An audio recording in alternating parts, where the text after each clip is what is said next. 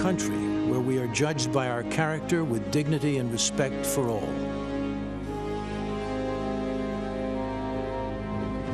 The belief that all are created equal, that lives matter irrespective of race, creed, or color.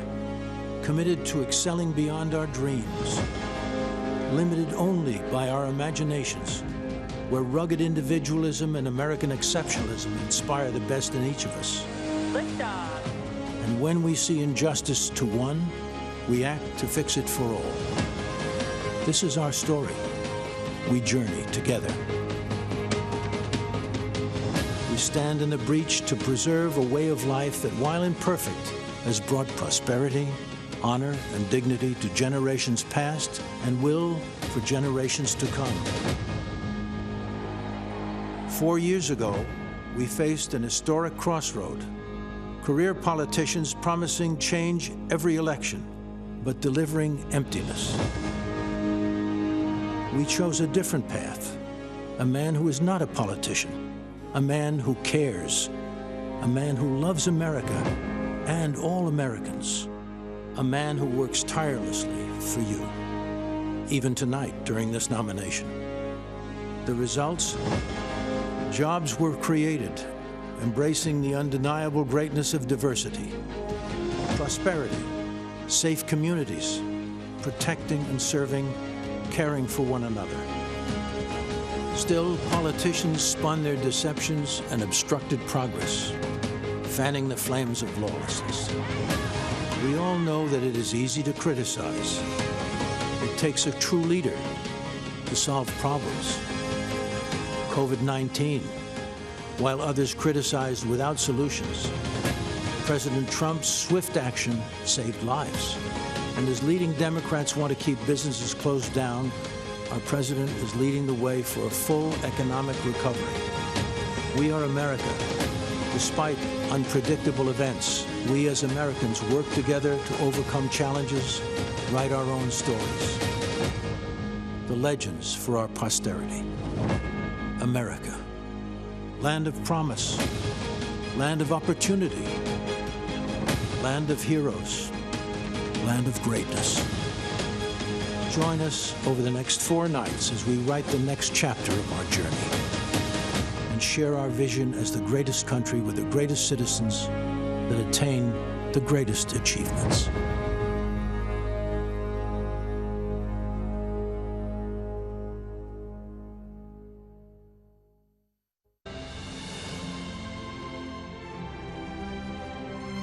From Washington, D.C., welcome to the 2020 Republican National Convention. Tonight, celebrating America as the land of promise.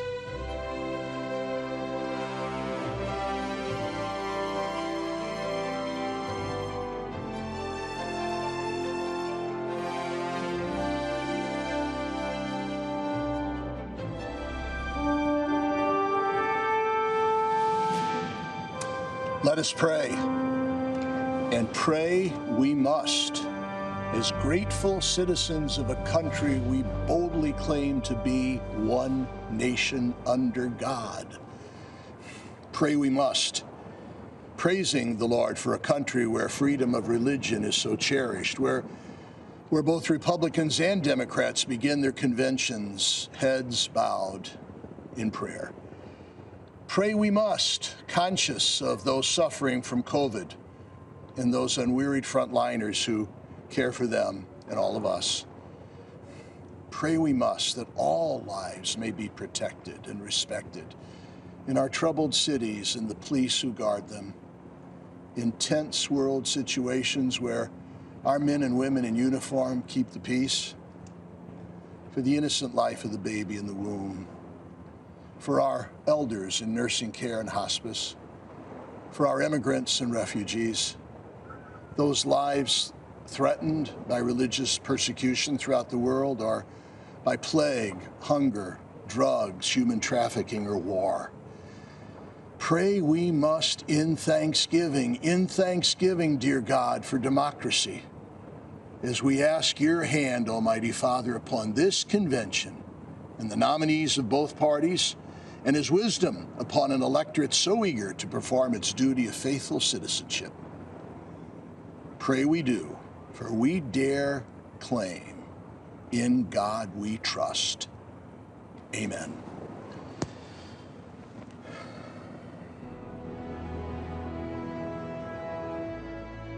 I pledge allegiance to the flag of the United States of America and to the republic for which it stands, one nation, under God, indivisible, with liberty and justice for all.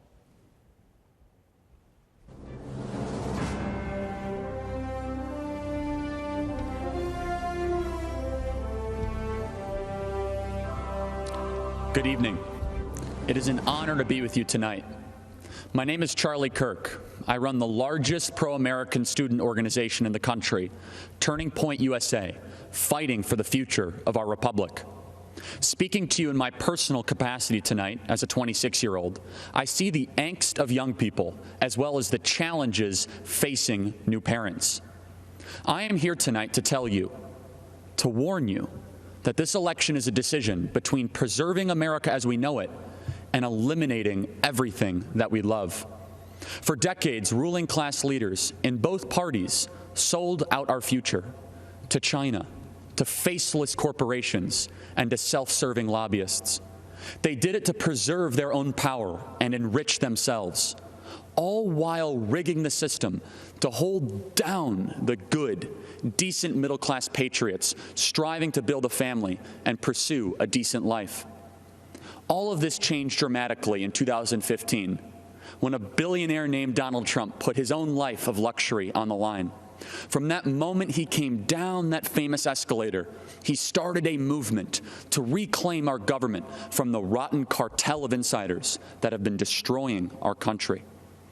We may not have realized it at the time, but Trump is the bodyguard of Western civilization. Trump was elected to protect our families from the vengeful mob that seeks to destroy our way of life, our neighborhoods, schools, churches, and values. President Trump was elected to defend the American way of life. The American way of life means you follow the law, you work hard, you honor God, you raise your kids with strong values, and you work to create a civil society. The American way of life means you speak your mind without retribution, without being kicked off social media by a self-righteous censor in Silicon Valley. It means you can freely practice your religion, and that church is more essential than a casino. And it means that we judge people on their actions, not on their immutable characteristics. The American way of life is being dismantled by a group of bitter, deceitful, vengeful activists who have never built anything in their lives. They have us locking up pastors while releasing violent criminals from prison. We are kicking doctors off of social media, yet promoting Chinese state-funded propaganda on major tech platforms. This election is the most critical since 1860, when a man named Lincoln was elected to preserve the Union from disintegration. This election is not just the most important of our lifetime, it is the most important since the preservation of the Republic in 1865. By re-electing Trump, we will ensure that our kids are raised to love our country and respect its founding fathers, not taught to hate or be ashamed of them. We will build monuments to heroes, not burn down our cities. We will be a country that rises to higher heights, that dreams big, thinks big, and achieves the impossible. A country that values our remarkable journey, the complexities of our past, but clearly communicates to the next generation that we have to be grateful, not angry, that we live in the United States. We will be a country that makes it easier to have many children, live quiet and peaceable lives, and worship your God without a tyrant getting in the way. We will be a country that has its best 100 years ahead. We will build a future where America remains the greatest country ever to exist in the history of the world. All of that is within our grasp if we secure 4 more years for the defender of Western civilization, our champion, my friend, the 45th President of the United States, President Donald J. Trump.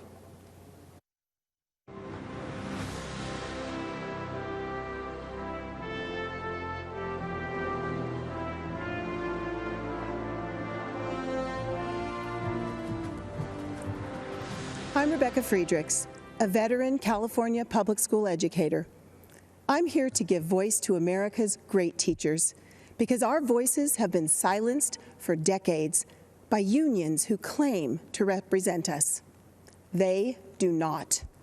When other dedicated teachers and I served within the unions, we spoke up in defense of children, parents, scientific fact, and American values.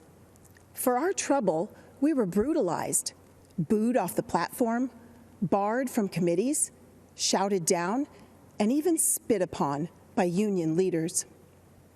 This is how unions treat devoted teachers. But what's even worse is how their agenda of control deceives Americans and our children. They've intentionally rewritten American history to perpetuate division, pervert the memories of our American founders, and disparage our Judeo-Christian virtues. Their lenient discipline policies morphed our schools into war zones, and they back defunding police and abolishing ICE. Unions collect billions annually from unsuspecting teachers and push this radical agenda into our classrooms against our will. Why? The only way to keep a free republic is with a well-educated, moral citizenry that can self-govern. Unions are subverting our republic, so they undermine educational excellence, morality, law, and order.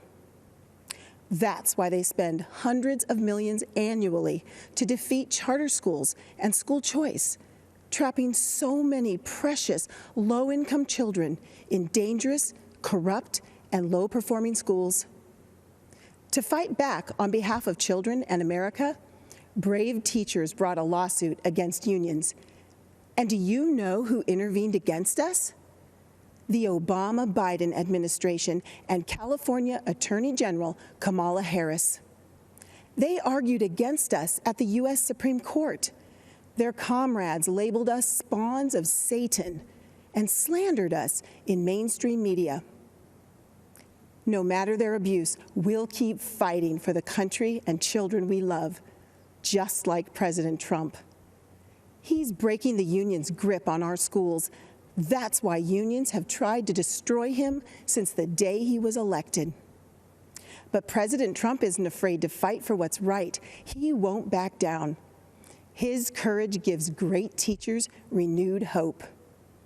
He's even proposed education freedom scholarships to return control to parents, protect religious liberties, and empower kids to escape dangerous, low-performing schools.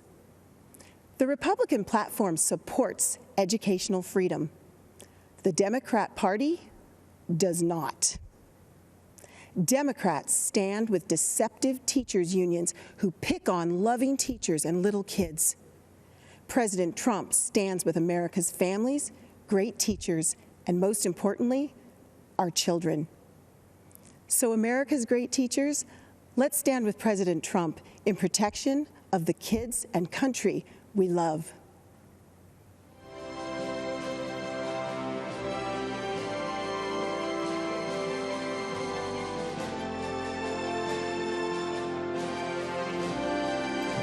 I am so grateful to speak with you today.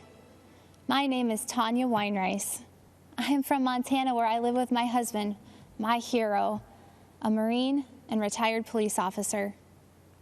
My husband and I own Mountain Mud Espresso. We are not some multinational corporation. Our success is not measured by stockholders, but by our neighbors, the people we see at church, and at jiu-jitsu school with our son.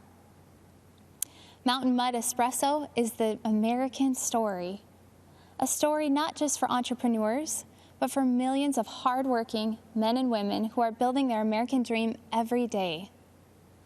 A few months ago, like so many businesses, we got the crushing news a large event we were serving was canceled because of the virus. Our business was on the brink, threatened to be shut down from losses that were not our fault. I was scared. I thought of our 50 employees, the Mountain Mud family, and when I thought of their jobs, I thought of their rent being due, their kids, and I felt personally responsible. I'm not too proud to admit that I fell on my knees and prayed, Lord, what do I do? His words rang clear. Keep on working. It will be okay. I had faith. And let me tell you, you have to have faith when your husband is a Marine and a police officer who was shot at on the job. And when you run a business, a little faith goes a long way. Faith in Jesus and faith in America. But I'm worried we have a generation of Americans who have been told that the American dream doesn't exist. That's a lie. I know because I live that dream. It's why I feel so strongly that we need a president who believes in the American dream like President Donald Trump, now more than ever. I am so thankful that my prayers for help were answered. My company was one of the first to receive a PPP loan, and praise God, it has been a lifesaver. Not only were we able to keep every single employee, but we've been hiring weekly ever since. I feel for local businesses across America who are under assault from shutdowns, from riots, and now facing the terrifying prospect of Joe Biden coming after everything we've built. I am so grateful we have leaders like President Trump standing up for local businesses like mine.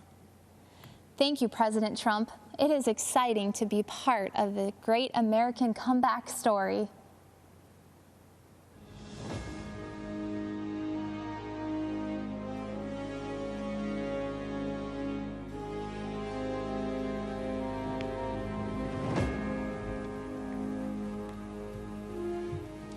I'm Congressman Matt Gaetz. I'm speaking to you from an auditorium emptier than Joe Biden's daily schedule. But we are a nation of full hearts and clear minds. We see the choice clearly: strength or weakness, energy or confusion, success or failure. President Trump is the first president since Reagan not to start a new war. Biden has foolishly cheerled decades of war without winning, without end. President Trump knows we are strongest when we fight hardest, not in distant deserts, but for our fellow Americans. We must fight to save America now, or we may lose her forever. Joe Biden might not even notice. Settle for Biden. That's the hashtag promoted by AOC and the socialists. The Woketopians will settle for Biden because they will make him an extra in a movie written, produced, and directed by others. It's a horror film, really. They'll disarm you, empty the prisons, lock you in your home, and invite MS-13 to live next door. And the police aren't coming when you call. In Democrat-run cities, they're already being defunded, disbanded. Blaming our best and allowing society's worst, that's the story they write in Hollywood. That's if the lights even stay on in California anymore. A state that cannot keep power running for its own people should not send its junior senator to be vice president. They used to write only in fiction, but nightmares are becoming real. Cops killed, children shot. At the Democrat convention, they say, if you vote against Trump, it will all stop. Appeasement is never a winning strategy. No, we won't settle for violence in our neighborhoods or at our border. We won't settle for decades of bad decisions by basement-dwelling Joe Biden. We settle a continent. We know that the frontier, the horizon, even the stars belong to us. Donald Trump, like all builders, is a visionary. That which is built in the mind is even more powerful than the brick and mortar that holds it together. First comes the mind, then the making. First comes the vision, then the work. Washington, Lincoln, and Jefferson are immortal precisely because of the pull they have on our imagination. You cannot cancel a culture that loves its heroes. The dangerous left need America to be weaker to accomplish their goal of replacing her. We know that to make America great again, we must first make something of ourselves. That is the meaning of true strength. My great-grandfather was a railroad man. As a Florida man, I watch our rockets routinely send the brightest beyond the heavens with our flag and our hope. America is the greatest country that has ever existed. Don't let any celebrity, athlete, or politician tell you otherwise. President Trump sometimes raises his voice and a ruckus. He knows that's what it takes to raise an army of patriots who love America and will protect her. We must win this election if we cherish our country as much as we should. for there is no place to run, no refuge for freedom should we fail. America is not just an idea or a constitution, it is our home. We must protect our home with unbreakable made in America strength, strength I see every day in President Donald Trump. Thank you. My name is Kim Klacik, and I'm running for Congress in Maryland's 7th District. And like Shirley Chisholm, I'm unbought and unbossed. Let me remind you, the Democrats have controlled this part of Baltimore City for over 50 years, and they have run this beautiful place right into the ground. Abandoned buildings, liquor stores on every corner, drug addicts, guns on the street, that's now the norm in many neighborhoods. You'd think Maryland taxpayers would be getting a whole lot since our taxes are out of control. Instead, we're paying for decades of incompetence and corruption. Sadly, the same cycle of decay exists in many of America's Democrat-run cities. And yet the Democrats still assume that black people will vote for them, no matter how much they let us down and take us for granted. We're sick of it. We're not going to take it anymore. The days of blindly supporting the Democrats are coming to an end. In Baltimore, we have the highest number of black Republicans in the entire country running for office this election cycle. Joe Biden believes we can't think for ourselves, that the color of someone's skin dictates their political views. We're not buying the lies anymore. You and your party have neglected us for far too long. We want safety in our neighborhoods. We want to make the most of the federal opportunity zone I'm standing in right now in West Baltimore. We want higher paying jobs and more business opportunities. We want lower taxes. We want school choice. We want a chance to get ahead, not just get by. That's what President Trump promised, and that's what President Trump delivered. I want Baltimore to be an example to Republicans around the country that we can compete in our inner cities if we reach out to the citizens and deliver real results. President Trump is bringing this country back roaring. He's bringing the American spirit to life for all Americans. So I'm asking you to help President Trump complete this great American comeback. And then I'm asking you to help me start this great Baltimore comeback. Thank you, and God bless America.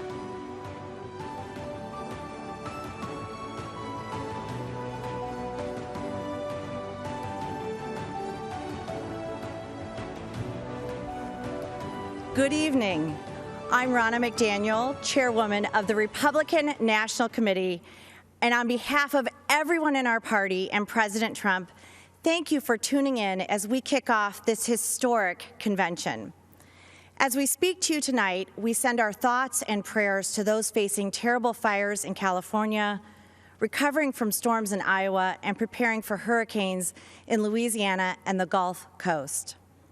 Democrats started their convention last week with Eva Longoria, a famous Hollywood actress who played a housewife on TV. Well, I'm actually a real housewife and a mom from Michigan with two wonderful kids in public school who happens to be the only the second woman in 164 years to run the Republican Party. And unlike Joe Biden, President Trump didn't choose me because I'm a woman. He chose me because I was the best person for the job. 4 years ago, President Trump started a movement unlike any other. And over the next 4 days, we will hear from a few of the millions of hardworking, everyday Americans who have benefited from his leadership. If you watched the DNC last week, you probably noticed that Democrats spent a lot of time talking about how much they despise our president. But we heard very little about their actual policies. Policies that would have been unthinkable a decade ago.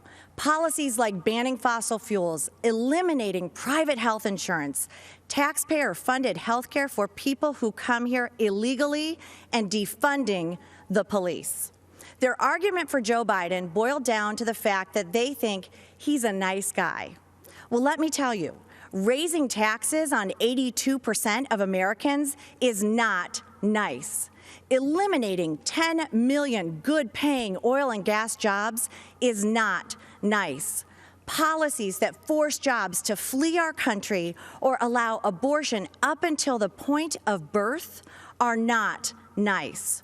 The truth is, There's only one person who has empathized with everyday Americans and actually been fighting for them over the past 4 years, and that is President Donald Trump. In the nearly 4 years I've worked on behalf of President Trump, I've seen up close a man who has a deep love for family, a man who has reverence for the office of the presidency, a man with an incredible respect for law enforcement and our military. I've seen private moments where he comforts Americans in times of pain and sadness. Now, everyone knows he can be tough. He's tough when he takes on China, tough when he works to fix our unfair trade deals, tough when he fights to secure our borders.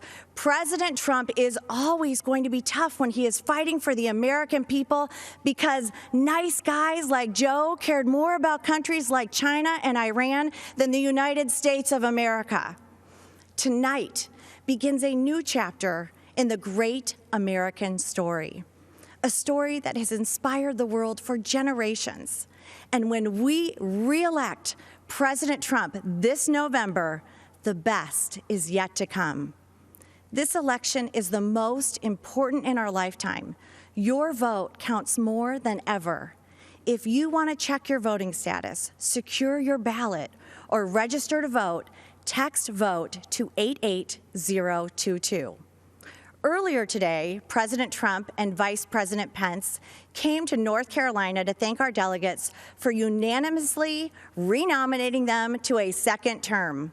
Our official roll call and the business of our Republican convention was conducted today in Charlotte. We have created a short video to symbolize the excitement for President Trump across all 50 states and territories. Thank you for watching. God bless you, and God bless the United States of America.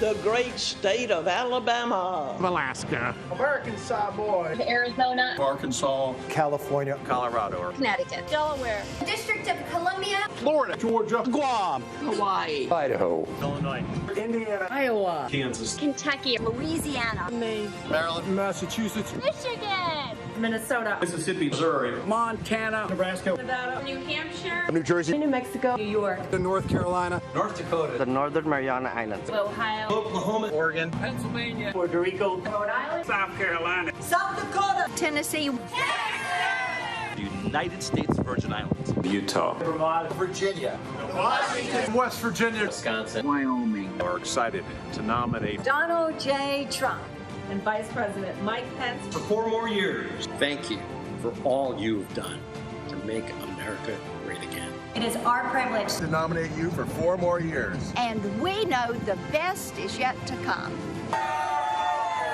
Trump 2020! 4 more years. 4 more years! 4 more years! 4 more years! 4 more years! 4 more years! 4 more years! 4 more years!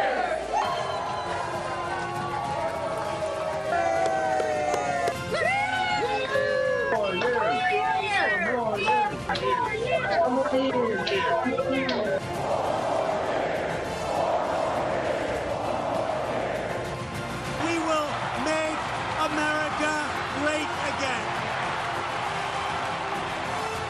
And ladies and gentlemen of this country, the best is yet to come.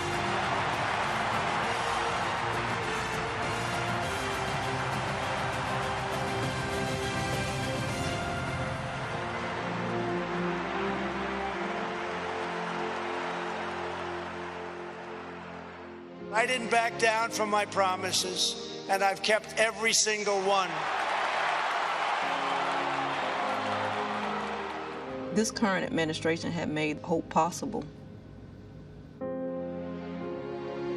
We want this nation to continue to be the beacon of hope for the world. How many people said they're going to leave America if Donald Trump was elected? They're all still here, and they're not going anywhere because we are in the land of the free.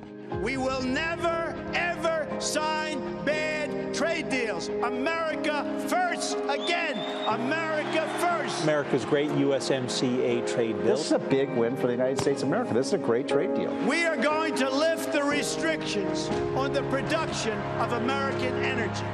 We will create millions of more jobs. Hope to me is the belief in a better tomorrow and creating a better future for our children. When I look in the eyes of my grandchildren, I want them to know that their papa was not silent. We will rescue kids from failing schools by helping their parents send them to a safe school of their choice.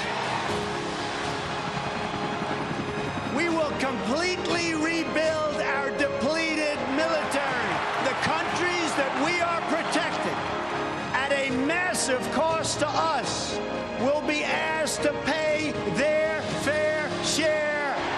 We will take care of our great veterans like they have never been taken care of before. This guy saved me. Yeah. He saved me. Thanks to him, I'm here. To me, he's giving people hope, what he's doing for the poor people, what he's doing for everybody. We are going to appoint justices of the United States Supreme Court who will uphold our laws and our Constitution. Why supporting law enforcement is so important for keeping America great. As long as I'm president, I will never defund your police, that I promise you. It's time to deliver a victory for the American people. We are going to start winning again. It's called Promises Made, Promises Kept.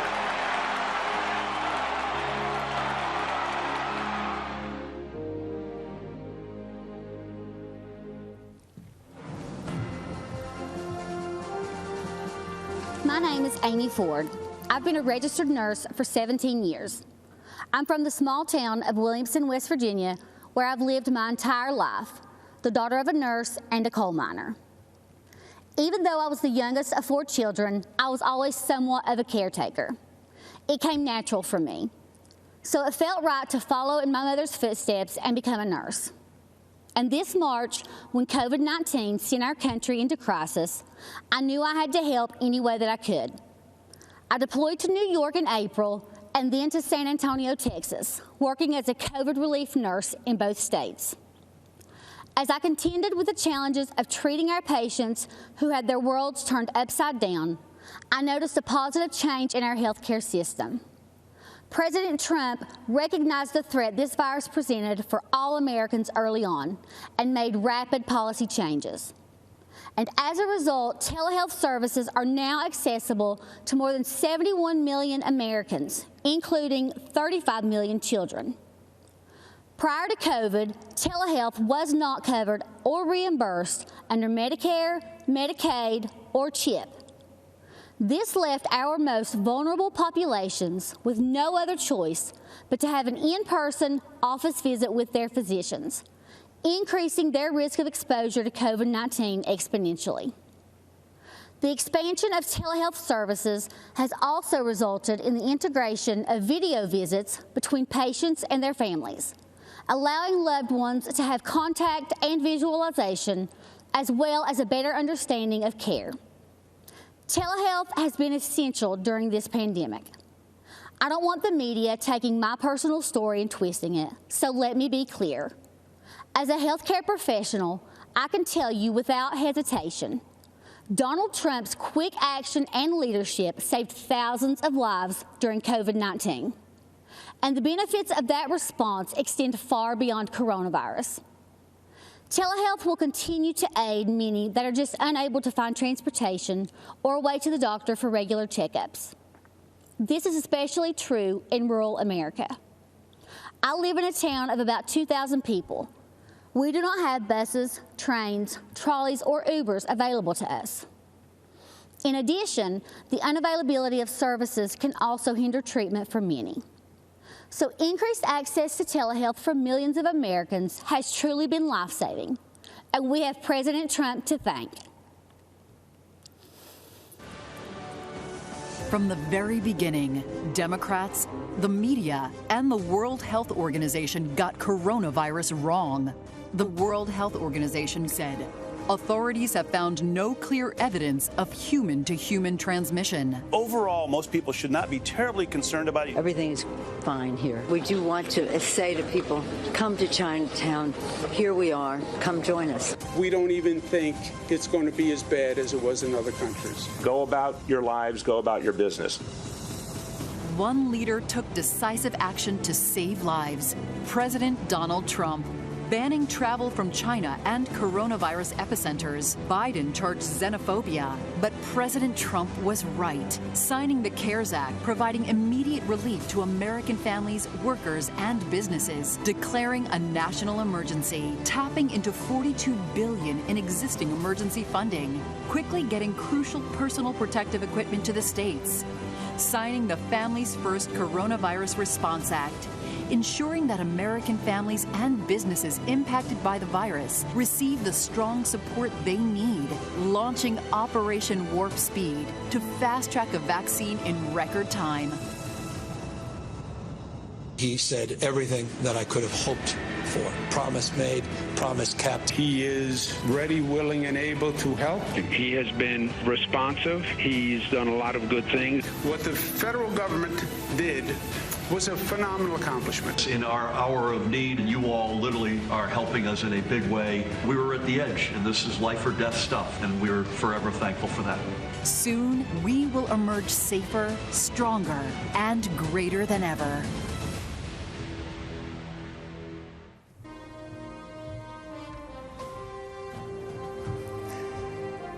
I am Dr. G.E. Ghali, an oral and maxillofacial surgeon and chancellor of a large academic medical and research center in Louisiana.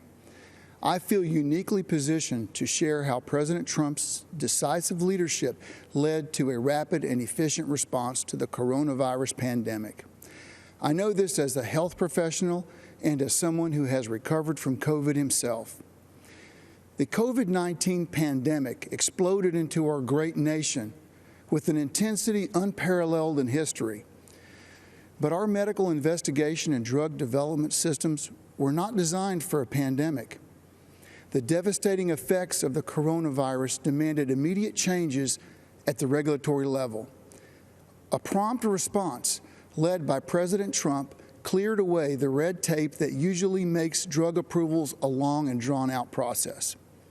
By harnessing the resources of the federal government and the private sector, President Trump's Operation Warp Speed is accelerating the testing, supply, development, and distribution of therapeutics, diagnostics, and very shortly, effective vaccines to counter COVID-19.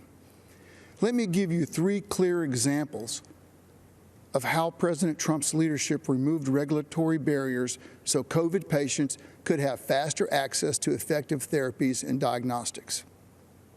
First, on February 26, 2 phase 3 clinical trials studying remdesivir were initiated. Just 2 months later, the FDA approved remdesivir for emergency use to treat COVID-19. Normally, this is a 3 to 5 year process. The amazing speed with which this happened in a safe but efficient manner is unheard of. Second, the FDA granted expanded access to COVID-19 convalescent plasma. Within 24 hours of this approval, we were administering convalescent plasma and remdesivir to a critically ill patient, a former Army Ranger and physician. Had it not been for the rapid deployment of these medicines, this patient, who is my colleague and friend, would have surely died. And third, at the end of July, I developed a fever and cough. I reached out to our testing team and received one of the Abbott rapid tests, yet another tool quickly approved by this administration. Within 15 minutes, my test came back positive, and within 4 hours, I was receiving my remdesivir doses, followed by an infusion of convalescent plasma. As a physician, I've seen firsthand how these breakthroughs have saved countless lives. As a patient, I've benefited from the expedited therapies made possible by the swift action of this administration. President Trump truly moved mountains to save lives, and he deserves credit. Thank you, President Trump, for providing timely access to critical diagnostics and therapeutics during this pandemic. Thank you, Mr. President, for your strong leadership in these challenging times.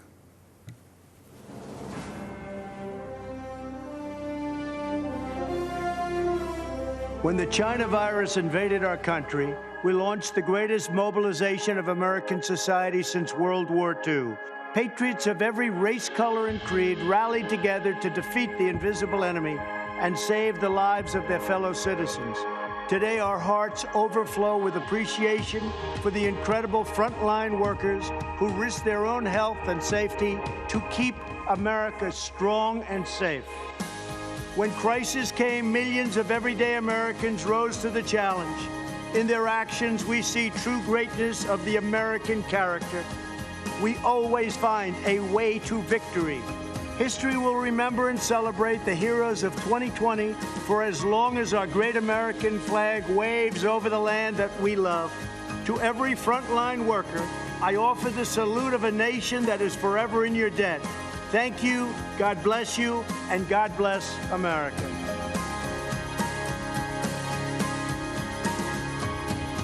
These are my friends. These are the incredible workers that helped us so much with the COVID. We can call it many different things, from China virus. I don't want to go through all the names because some people may get insulted, but that's the way it is. These are great, great people, doctors, nurses, firemen, policemen. We want to thank you all. You have been incredible, and we want to thank you and all of the millions of people that you represent. Thank you all very much. Great job. Thank you. Thank you all very much. So tell me a little about your stories. How about we'll start with you? I'm a postal worker, delivered to the senior community during COVID-19. Good. And we're taking good care of our postal workers. Absolutely. That I can tell you. Believe me, we're not getting rid of our postal workers, you know. They'd like to sort of put that out there. If anyone does, it's the Democrats, not the Republicans. I want to thank you very much, and thank everybody in that whole beautiful post office system. We appreciate it. How about you? I'm a trucker. Good. Own a small business in Ohio. Great. Hauling steel mostly. You know, some of our customers actually made hospital beds with some of the material. That's fantastic. Well, congratulations. I love the truckers. You know, they're on my side. Thank you. I think all of them, frankly. I think pretty much all of them. How about you? I'm a custodian at the post office as well. What do you do exactly? Clean up everybody's mess and everybody's germs and all that. Can I tell you, that world, that profession will never be out of business. You know that, right? Sure.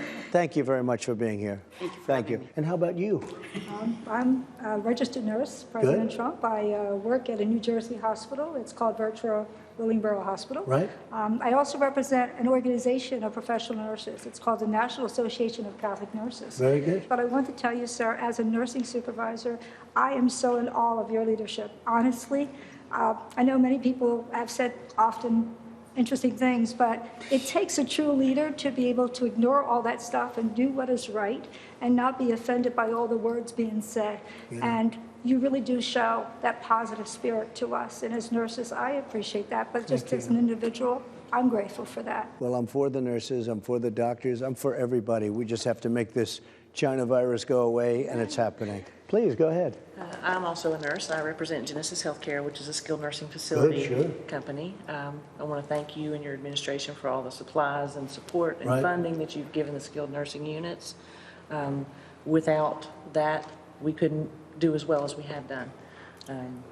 I spent some time in New Jersey. I live in West Virginia, went to New Jersey and did some work there, and we finally started to see things change and turn around. I appreciate what you said, because we have delivered billions of dollars of equipment that governors were supposed to give, and in many cases, they didn't get. So the federal government had to help them, and all of the people that did this incredible work, they never got credit for it. But you understand where it came from. Thank you very much. Thank you both. It's really nice. Please, go ahead. I'm a police officer in Englewood, Colorado, and I contracted COVID in late March and recovered. That means we don't have to be afraid of you at all, right? I'm good to Once go. you're recovered, you know, we have the whole thing with plasma happening. That means your blood is very valuable. You know that, right? Thank you very much. Great. Please. I'm a detention deputy at the Kern County Sheriff's Department out in California. Great. And I also contracted COVID end of March and recovered from that also. How long was your problem? I was sick about 10 days, really bad. I got everything besides a cough, but recovered. I was off work for a month and a half, and I work in our local county jails. Did they do anything specifically to help you recover? They gave me Z-Paks medication, cough syrup. Okay, and I won't even ask you about the hydroxychloroquine because it's a shame what they've done to that one, but I took it. I took the Z-Pak also, and zinc. I want to thank you all very much. It's an honor to have you in the White House. You're fantastic people, and the people you represent an incredible group of people, and we love you all. Thank you very much. Thank you very much. Appreciate it. Good evening. I'm Congressman Jim Jordan, representing the 4th District of Ohio. The Republican Party is the pro-America party. President Trump is the pro-America candidate. This election is about who can preserve the values, principles, and institutions that make America great. Don't believe me? Look at what's happening in American cities. Cities all run by Democrats. Crime, violence, and mob rule. Democrats refuse to denounce the mob, and their response to the chaos? Defund the police, defund Border Patrol, and defund our military. And while they're doing all this, they're also trying to take away your guns. Look at the positions they've taken in the past few months. Democrats won't let you go to church, but they'll let you protest. Democrats won't let you go to work, but they'll let you riot. And Democrats won't let you go to school, but they'll let you go loot. President Trump has fought against each of their crazy ideas. He's taken on the swamp, all of the swamp, the Democrats, the press, and the never-Trumpers. And when you take on the swamp fights back. They tried the Russia hoax, the Mueller investigation, and the fake impeachment. But in spite of this unbelievable opposition, this president has done what he said he would do. Taxes cut, regulations reduced, economy growing, lowest unemployment in 50 years, out of the Iran deal, embassy in Jerusalem, hostages home from North Korea, a new USMCA agreement, and of course he's building the wall and rebuilding our economy as we speak.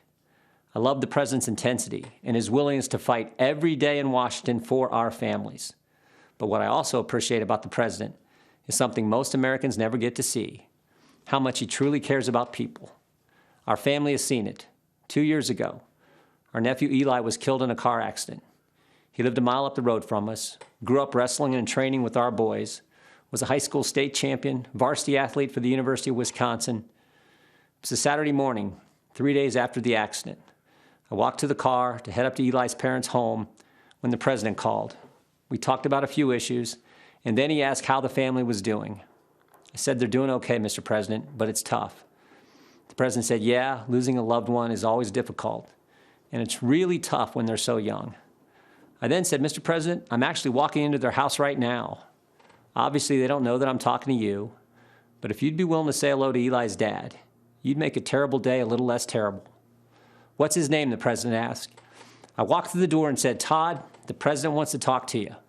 For the next 5 minutes, family and friends sat in complete silence as the president of the United States took time to talk to a dad who was hurting. That's the president I've gotten to know the last 4 years. The president who shared private moments like this with soldiers, victims of violent crime, and people who've had businesses destroyed by the mob. That's the individual who's made America great again, and who knows America's best days are still in front of us. And that's why I'm busting my tail to help him get reelected. I'm asking you to do the same. Thank you, and God bless our country. I'm not an actor, a singer, or a politician. I'm Herschel Walker. Most of you know me as a football player, but I'm also a father, a man of faith, and a very good judge of character. I've known Donald Trump for 37 years, and I don't mean just casual ran into him from time to time. I'm talking about a deep personal friendship. I watched him as an owner of a professional football team. Right after he bought the team, he set out to learn. He learned about the history of the team, the players, the coaches, every detail. Then he used what he learned to make the team better. I watched him in the boardroom. He can be in the middle of a big meeting, but if one of the kids was on the phone, he dropped everything to take the call. He taught me that the family should be your top priority. I watched him treat janitors, security guards, and waiters the same way he would treat a VIP. He made them feel special because he knew they were. He understands that they are the people who make this country run. They clean, they cook, they build, they drive, they deliver. He told me, Herschel, make an effort to get to know people. Remember their names. That stuck with me. One time, I planned to take his kids to Disney World with my family. At the last minute, Donald said he'd like to join us. So there he was, in a business suit, on It's a Small World ride. That was something to see. It just shows you what a caring, loving father he is. It hurt my soul to hear the terrible names that people call Donald. The worst one is racist. I take it as a personal insult that people would think I've had a 37-year friendship with a racist. People who think that don't know what they're talking about. Growing up in the Deep South, I've seen racism up close. I know what it is, and it isn't Donald Trump. Just because someone loves and respects the flag, our national anthem, and our country, doesn't mean they don't care about social justice. I care about all those things. So does Donald Trump. He shows how much he cares about social justice in the black community through his actions. And his action speaks louder than stickers or slogans on a jersey. He keeps right on fighting to improve the lives of black Americans and all Americans. He works night and day. He never stops.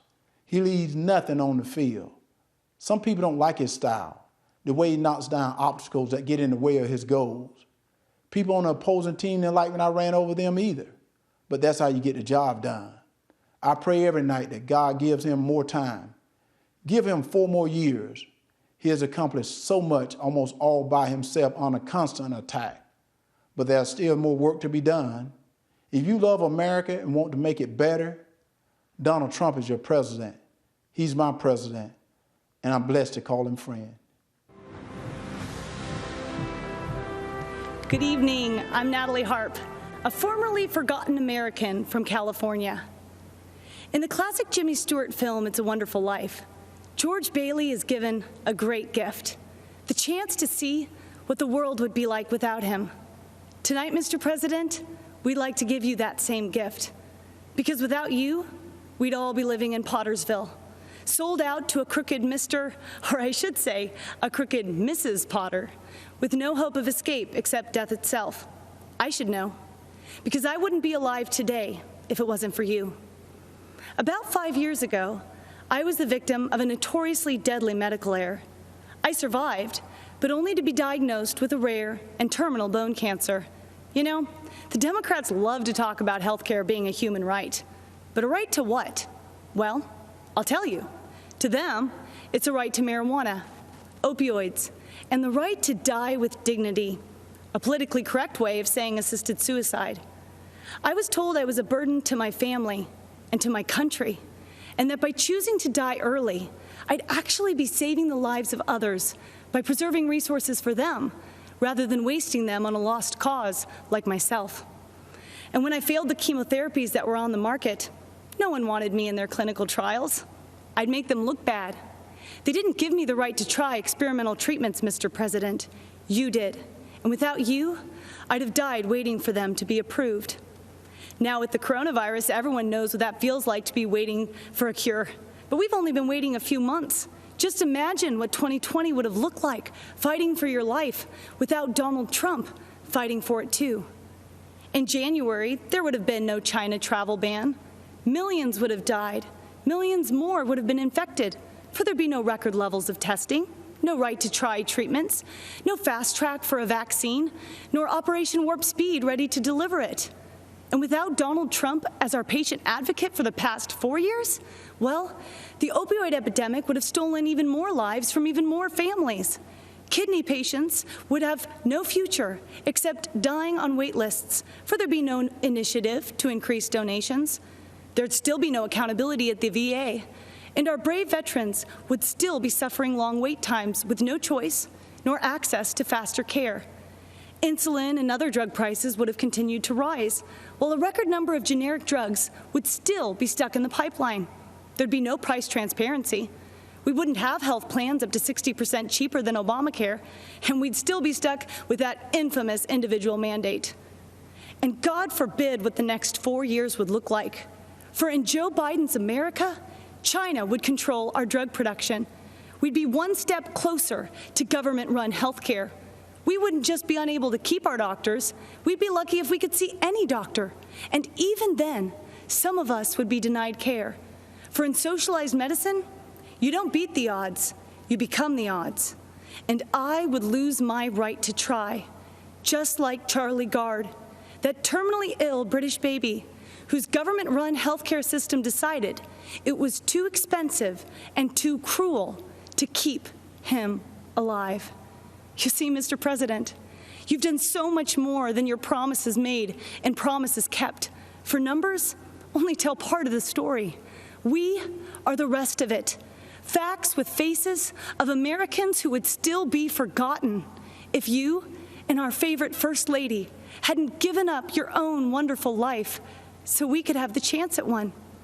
George Bailey's father was right.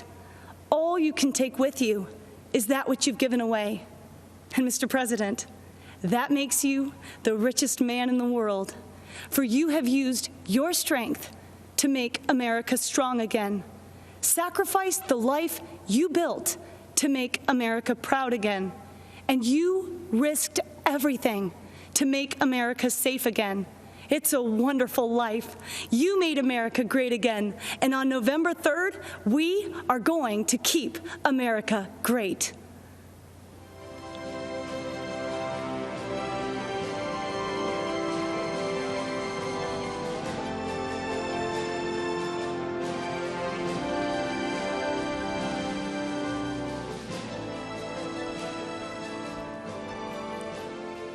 Hello, America. My name is Vernon Jones, and I'm a state representative from the great state of Georgia.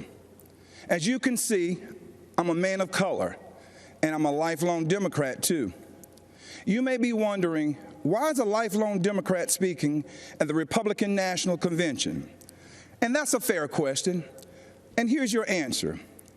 The Democratic Party does not want black people to leave their mental plantation. We've been forced to be there for decades and generations.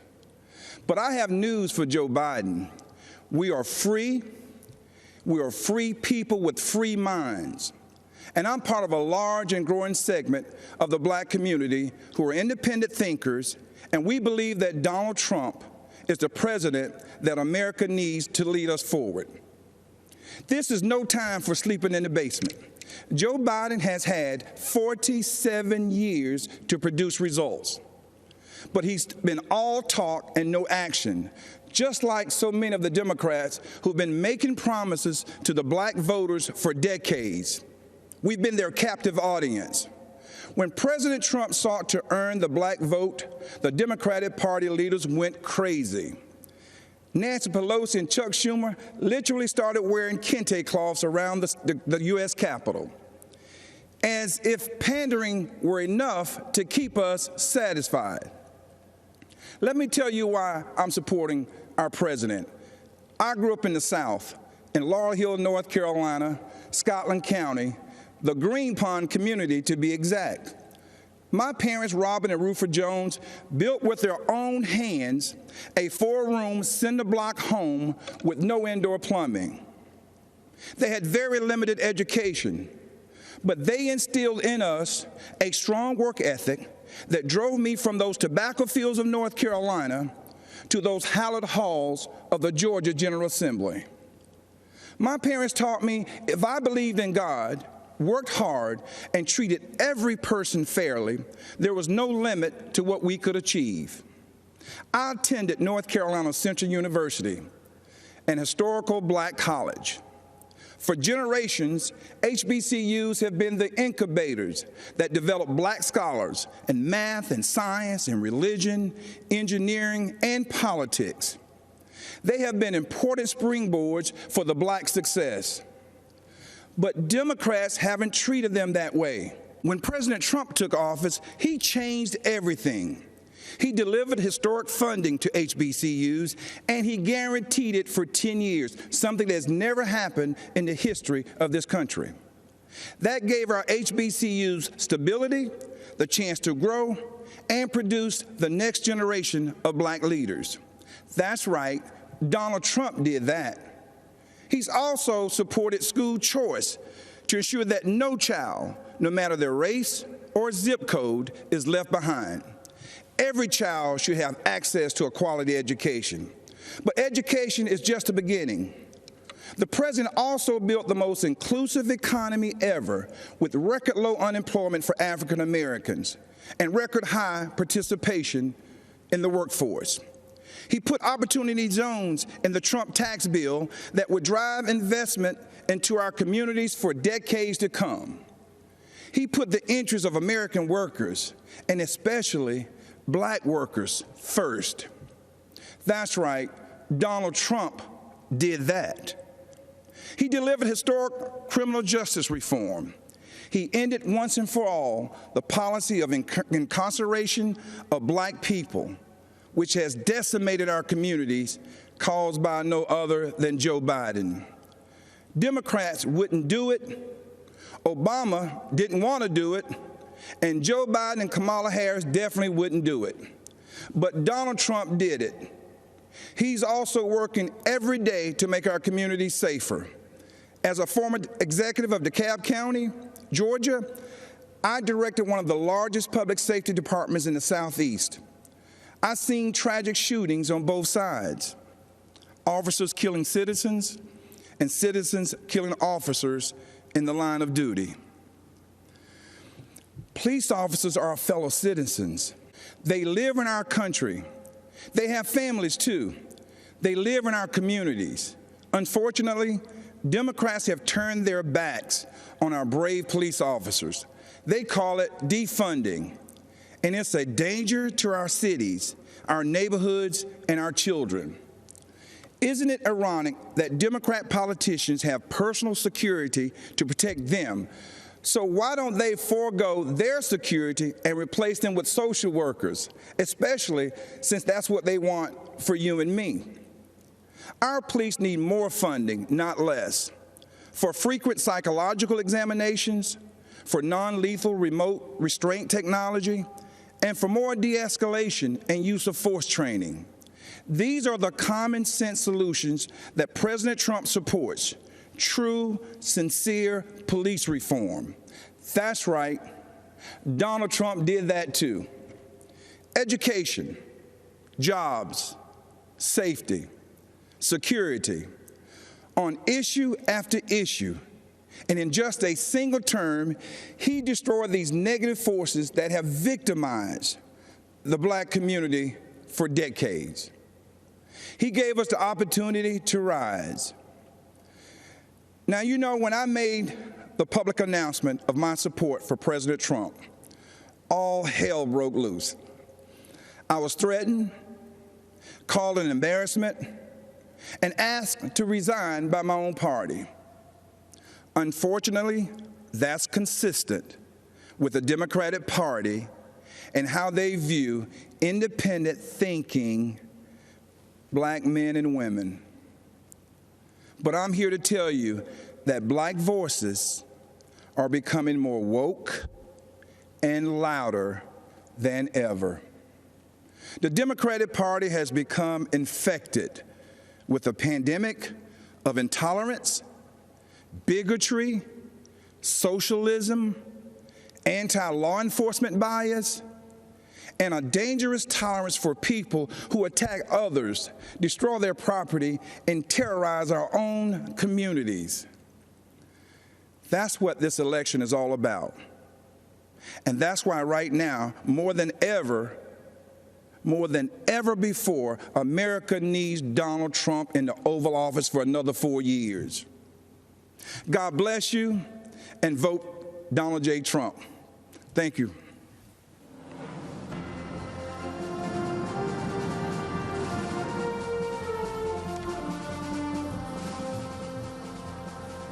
In 2018, a gunman walked into Marjorie Stoneman Douglas High School in Parkland, Florida, and changed my life forever.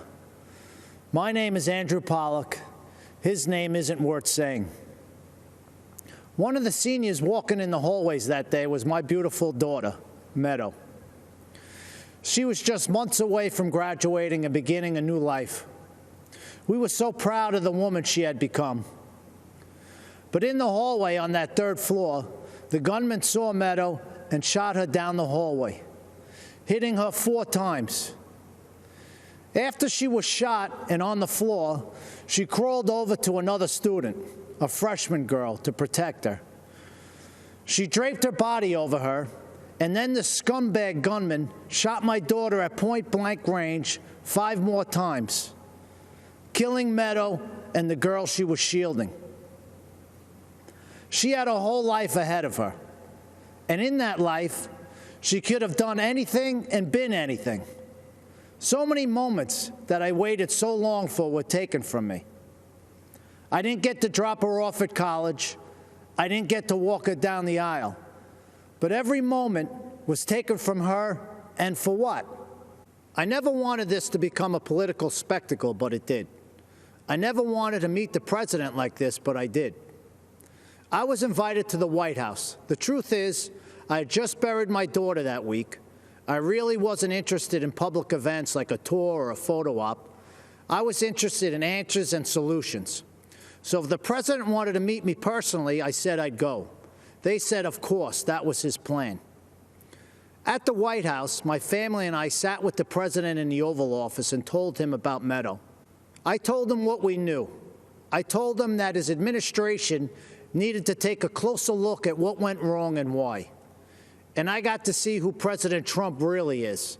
He's a good man and a great listener, and he cuts through the BS. Then the president did what he said he would do. He took action. He formed a school safety commission that issued dozens of recommendations to make schools safer. But I'll bet you never heard about that. Instead, the media turned my daughter's murder into a coordinated attack on President Trump, Republicans, and our Second Amendment. In fact, when President Trump asked me and other parents of children that were murdered in school shootings to join him as he announced the commission's findings, the media's first question wasn't about protecting kids. Shockingly, they asked about the government shutdown. President Trump turned to me appalled and said, "Andy, can you believe these people? We're trying to talk about school safety, and this is what they do." But I could believe it. After my daughter's murder, the media didn't seem interested in the facts, so I found them myself. I learned that gun control laws didn't fail my daughter. People did. The gunman had threatened to kill his classmates before. He had threatened to rape them. He had threatened to shoot up the school. Every red flag you could imagine. But the school didn't just miss these red flags. They knowingly ignored them. Far-left Democrats in our school district made this shooting possible because they implemented something they called restorative justice. This policy, which really just blames teachers for students' failures, puts kids and teachers at risk and makes shootings more likely. But it was billed as a pioneering approach to discipline and safety. I was just fine with the old approach to discipline and safety. It was called discipline and safety. But the Obama-Biden administration took Parkland's bad policies and forced them into schools across America. When President Trump rescinded Obama's guidance on restorative justice policies, he put an end to that. And that meant the world to me. It's hard to tell how much Mr. Biden understands about what happened at Parkland. Mr. Biden has campaigned on bringing back restorative justice as part of his unity platform with Bernie Sanders and has pledged to implement it in school districts across America. But he doesn't even seem to know when the shooting happened. He said that he was vice president when it happened, but he wasn't. Mr. Biden may not know when my daughter was murdered, but I do. February 14, 2018. Mr. Biden may not know that these policies make shootings more likely, but I do. Mr. Biden may not know who was vice president that day, but I do. It wasn't Joe Biden. It was Mike Pence. Thank God. And I know who the president was, too. It wasn't Barack Obama. It was President Donald J. Trump, and he took action. I truly believe the safety of our kids depends on whether this man is reelected. I hope you'll join me in helping to make that happen. Mr. President, myself and millions of Americans appreciate you and love you. God bless America, and God bless our President, Donald J. Trump. Thank you. A curfew now in effect for the city of St. Louis. Protests in St. Louis turned violent.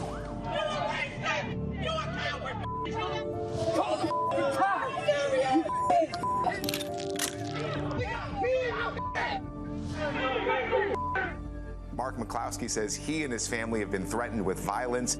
Under Missouri law, you have a right to defend your home and the lives of your family. A search warrant has been executed at the home of Mark and Patricia McCloskey. The husband and wife attorneys charged with pointing guns at protesters.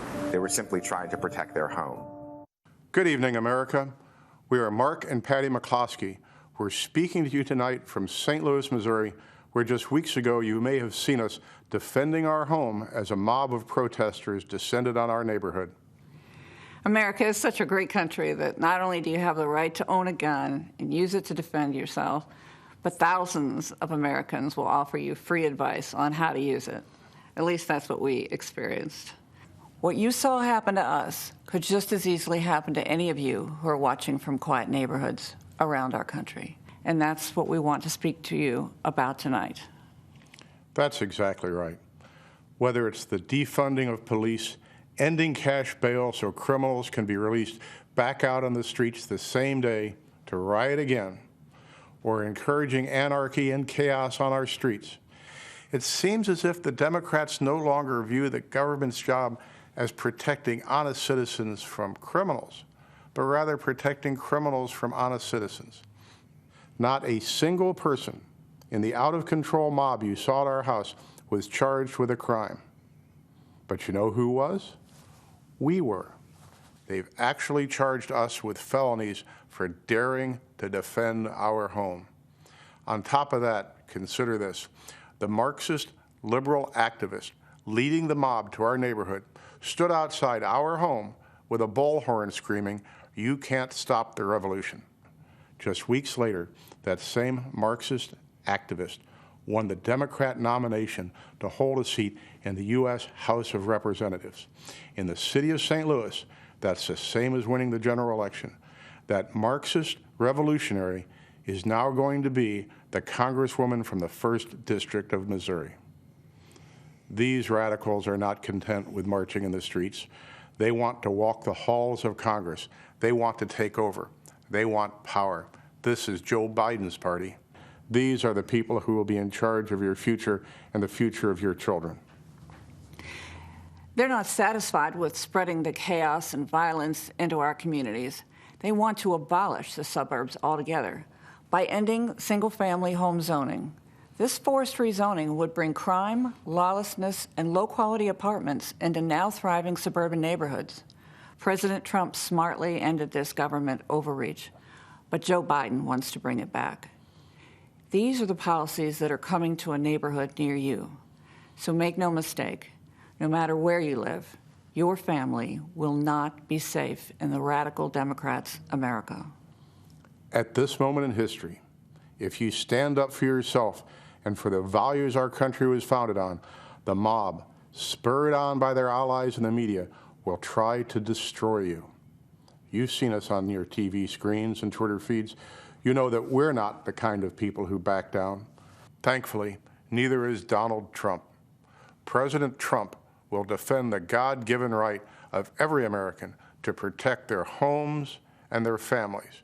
But more than that, Trump's vision for America is a country where you have an opportunity to work hard and build the life you dream of, with a job you love, with your children being educated in great schools, in a community where your family can play in the backyard without fear, worship in a church without shame, and express your beliefs without retribution. Trump brought us the greatest economy our country had ever seen. The Democrats have brought us nothing but destruction.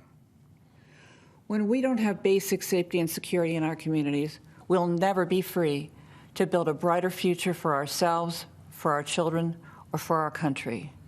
That's what's at stake in this election, and that's why we must re-elect Donald Trump.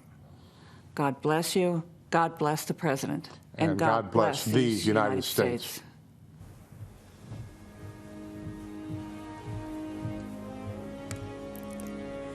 Good evening, America. I'm Kimberly Guilfoyle.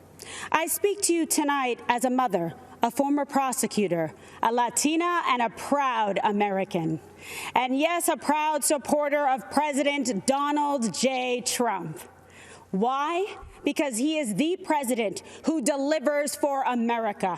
He built the greatest economy the world has ever known for the strivers, the working class and middle class. As commander-in-chief, he always puts America first. President Trump is the law and order president. Now, presidential leadership is not guaranteed. It is a choice.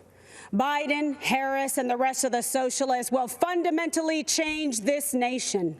They want open borders, closed schools, dangerous amnesty, and will selfishly send your jobs back to China while they get rich.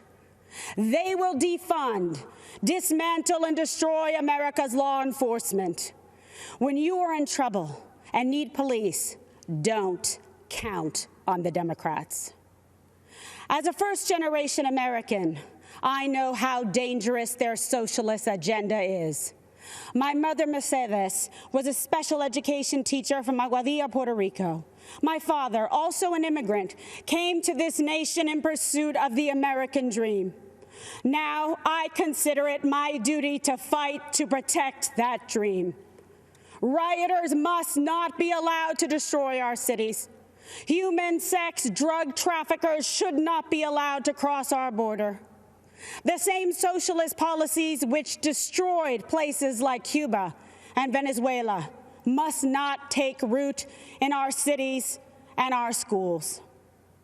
If you want to see the socialist Biden-Harris future for our country, just take a look at California. It is a place of immense wealth, immeasurable innovation, and immaculate environment.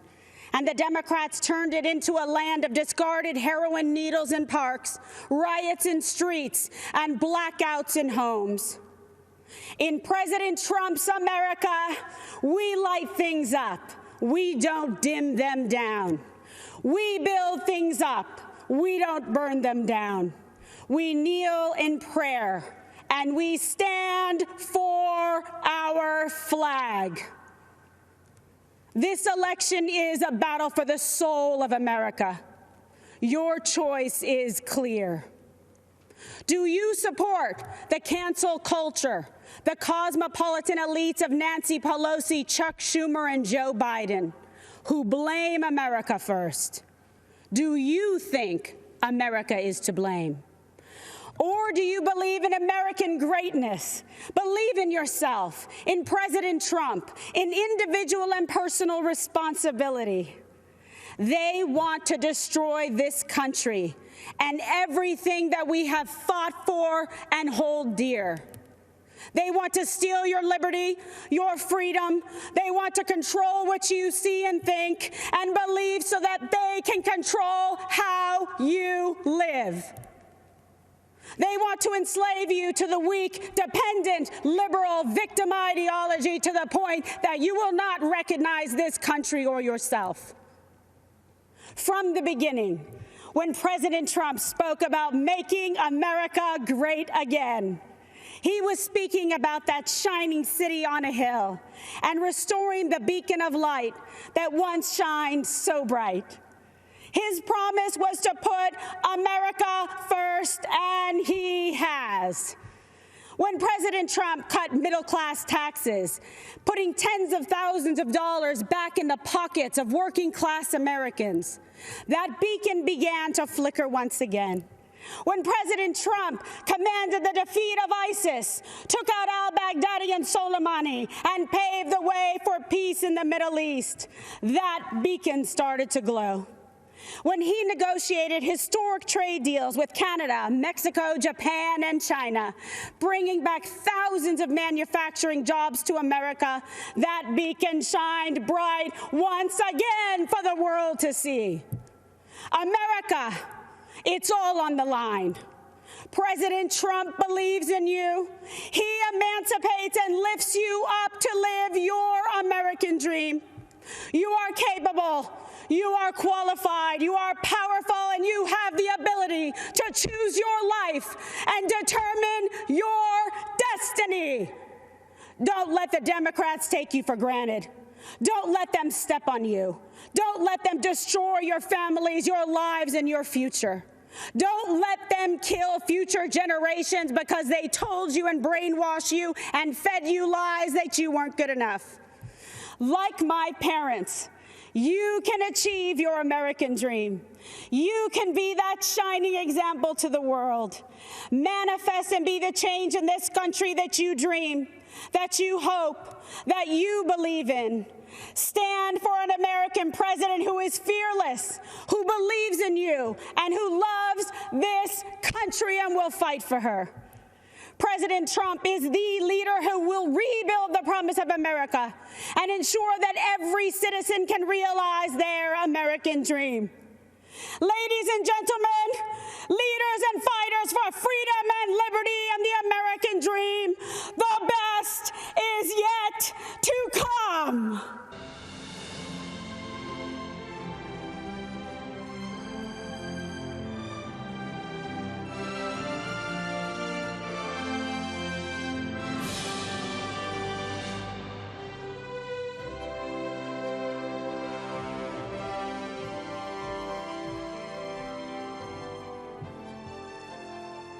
I'm Congressman Steve Scalise. We're facing some tough challenges in America. This isn't the first time we've been here.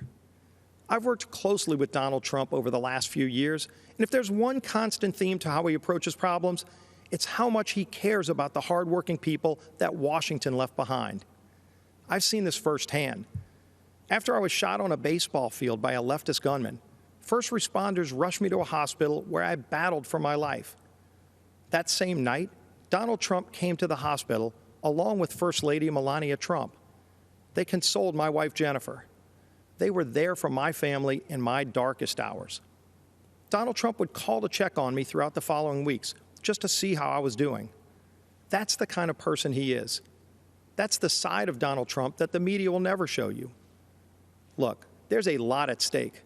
This is an election between a party that wants to burn down the foundations of our country to the ground and a party that wants to rebuild and protect our great nation. The left wants to defund the police.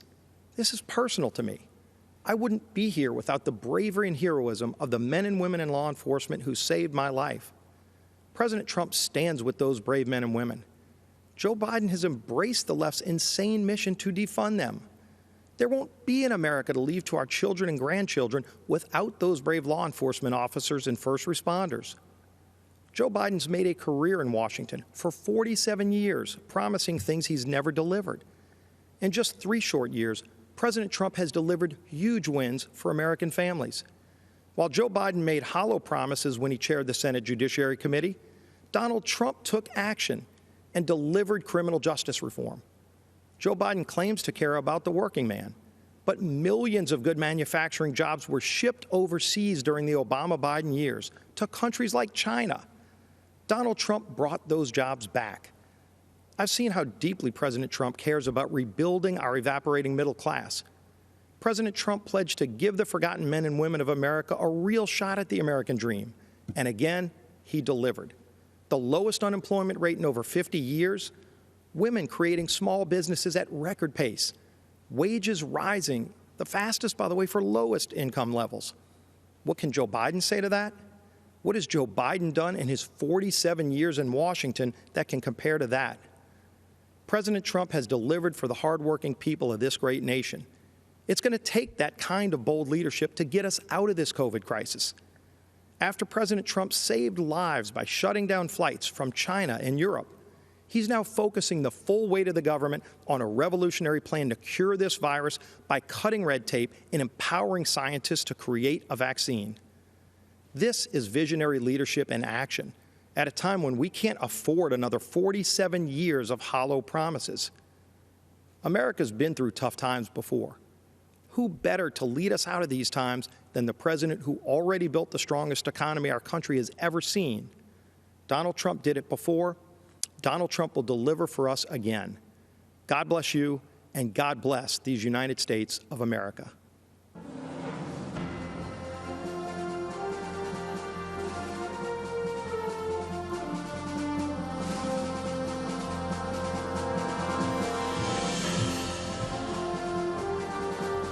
I'm Sean Parnell, and it is an honor to be here.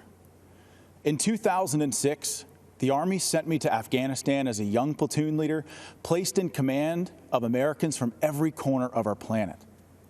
Our platoon reflected the diversity of our nation, every race, creed, and religion. Despite those differences, we were bound together as brothers from the same American family. On June 10, 2006, our platoon was attacked just after dawn. Outnumbered 10-1, we endured mortar and machine gun fire as hundreds of Taliban charged us from three sides. We had 24 men that day. Wave after wave of Taliban advanced up the hill. I was wounded 3 times in the fighting. Nearly all of my platoon was wounded within the first minute, but the enemy kept coming. We fought to our last rounds of ammunition, and when it was over, we held the hill. In the face of death, I saw ordinary Americans become heroes. In our darkest hour, when our survival depended on each other, my men and I learned an important lesson. We all bleed red. Our differences did not define us. United, we were unbeatable. After 485 days of combat, I came home eager to enjoy the freedoms I risked my life to defend. But I watched with alarm as the party of my grandfather, a lifelong Union Democrat, turned against the very people it professed to represent. I watched as Joe Biden spit venom at an auto worker who dared to question Joe's intent to dismantle the Second Amendment and take your guns. Where Democrats once stood for hard-working, law-abiding Americans who displayed our flag with pride, this new Democrat Party considers these people uneducated racists clinging to guns and Bibles. The party of Harry Truman became the party of hedge fund managers, Hollywood celebrities, tech moguls, and university professors, all bloated with contempt for middle America. I look across the aisle and I do not see a party that wants you to pursue your dreams. I see a Democrat Party that wants to dictate what those dreams are. I don't see a party that wants you to be free. I see a party that wants to chain you to conformity and will destroy anyone they deem a heretic. I swore an oath to defend my country and its Constitution. President Trump has sworn to do the same. That's why he's advanced freedom, despite savage political attacks, to overcome the agenda of the radical left. President Trump has unleashed the economic might of this nation like no other president in our history. He triggered the rising tide of working families, brought us energy independence, reclaimed jobs from overseas that, Democrats said would never return. He has fiercely defended the besieged First and Second Amendments. That is just a start. With 4 more years, imagine what we can achieve by simply working with our president. I believe in our president's vision for the future. I stand here tonight calling on all Americans to join us. It doesn't matter what you look like, who you love, how you worship your gender or your job. If you're a traditional Democrat who's become disillusioned with how radical your party has become, then stand with us. You are most welcome. America needs all her patriots to rush to her defense. My fellow Americans, I promise you this. In our tent, you are free. Free to speak the truth, choose your journey, define your life. You have the power to go as far as you aim, then aim higher and keep going, because that is what Americans do. We are idealists and dreamers, lovers of adventure. We're rugged and independent. We don't make excuses. We make the impossible a reality. Think about it. In a century, we went from ground-bound dreamers gazing to the stars to doers who created the means to reach them. This is not the time to stand on the sidelines. If you love our country as we do, as our president does, join the chorus of patriot voices that will preserve this exceptional union. Mr. President, lead the way. Millions in our American family believe in this path to destiny. Guide us to that horizon. Thank you, and may God bless the United States of America.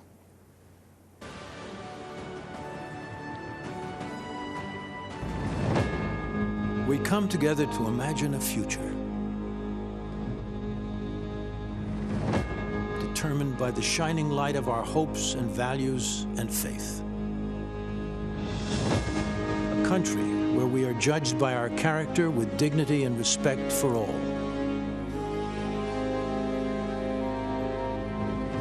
The belief that all are created equal, that lives matter irrespective of race, creed, or color. Committed to excelling beyond our dreams. 4 years ago, we faced an historic crossroad. Career politicians promising change every election, but delivering emptiness. We chose a different path. A man who is not a politician, a man who cares, a man who works tirelessly for you. Still, politicians spun their deceptions and obstructed progress, fanning the flames of lawlessness. We all know that it is easy to criticize. It takes a true leader to solve problems. COVID-19, while others criticize without solutions. President Trump's swift action saved lives. And as leading Democrats want to keep businesses closed down, our president is leading the way for a full economic recovery. We are America. We as Americans work together to overcome challenges, write our own stories. America, land of promise, land of opportunity, land of heroes, land of greatness.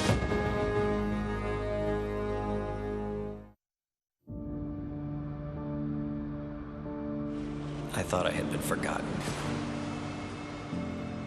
I nearly gave up hope. I was so afraid. I believed I would die here. American hostages, forgotten and wasting away in far-off prisons, wrongfully detained by foreign governments. Americans were beaten, abused, starved, and left for dead. Until President Donald Trump stepped in. The 3 American hostages finally back on U.S. soil after being held captive in North Korea. We're following some breaking news in Turkey, where an American pastor, Andrew Brunson, has been released. An American jailed in Egypt is back in the U.S. this morning after an intervention by the Trump administration. A tough and skilled negotiator, President Trump successfully won the release of detainees and prisoners, among the most of any president in American history. While families waited in despair for news of their loved ones, President Trump provided a new spark of hope by bringing our hostages home. We have Danny Burch back home, where he should be. He was in Yemen in a very horrible situation. Yesterday, the United States government secured the release of Caitlin Coleman, Joshua Boyle, and their 3 children. Today, we are bringing home another American citizen. We just had news that Turkey released a prisoner that we were trying to get to the United States. Under this administration, America has not and will not turn its back on our people. President Trump will bring them home.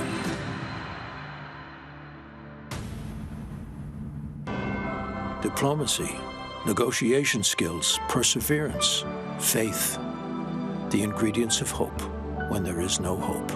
No American should ever be left behind. Priority, freeing American hostages.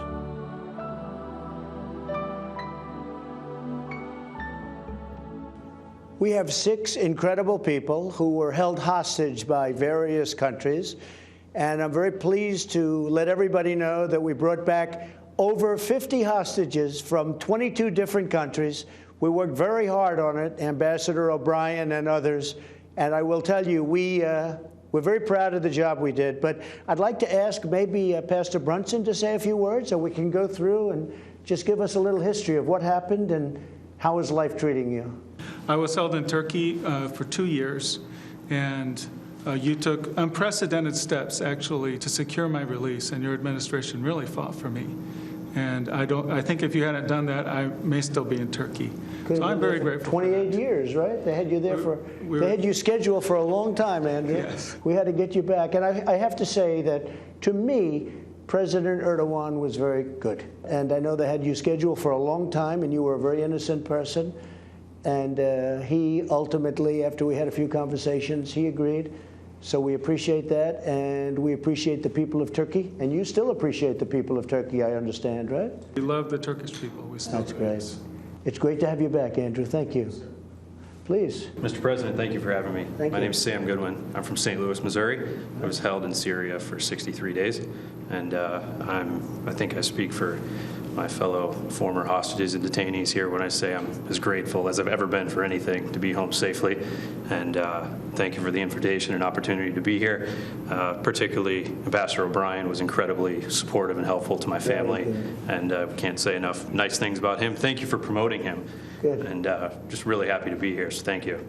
We got you back. You got me back, yeah. We got you all back, and we have some more that we're working on right now to get back that we better do. Please, go ahead. My name is Michael White, Mr. President. I do, once again, it's an honor to be here, honor to meet you in person. Basically, what had happened with me is I traveled over to the country of Iran. It turned out it was a major trap, and I was apprehended there. I went through a lot in their injustice system, in the Iranian justice system. Iran is an oppressive, extortionist, terrorist regime. You know what I'm talking about.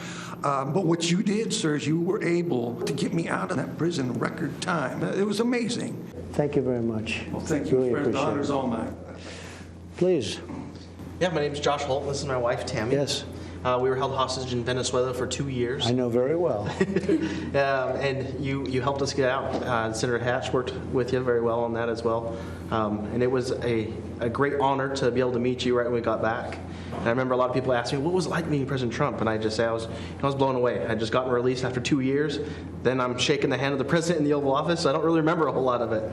So it's nice to meet you again, and it's been great. It's been great to be back, helping people through situations that they've gone through, and now we have started our family. Well, the great people of Utah really wanted me to do something about the two of you, and we were able to do it.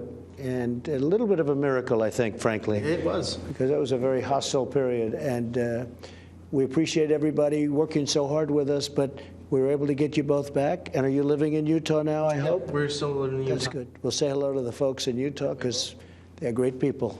Thank you very much. Congratulations. Thank you. Please. I'm Brian Nairn. Spent an unexpected trip there in India. I was not going to India. I was going through India to Nepal, where I've been working for the last 18 years. But on behalf of my family and myself, thank you, President Trump, for getting us out and getting us home.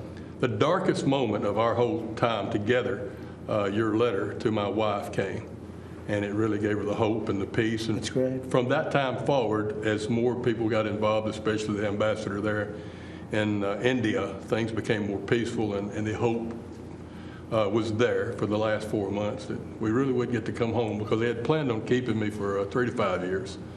The original charge thing was 3 to 5 years, right, and that was cleared, and then they came up with new charges to do a 7-year term. Well, India responded very well to my request.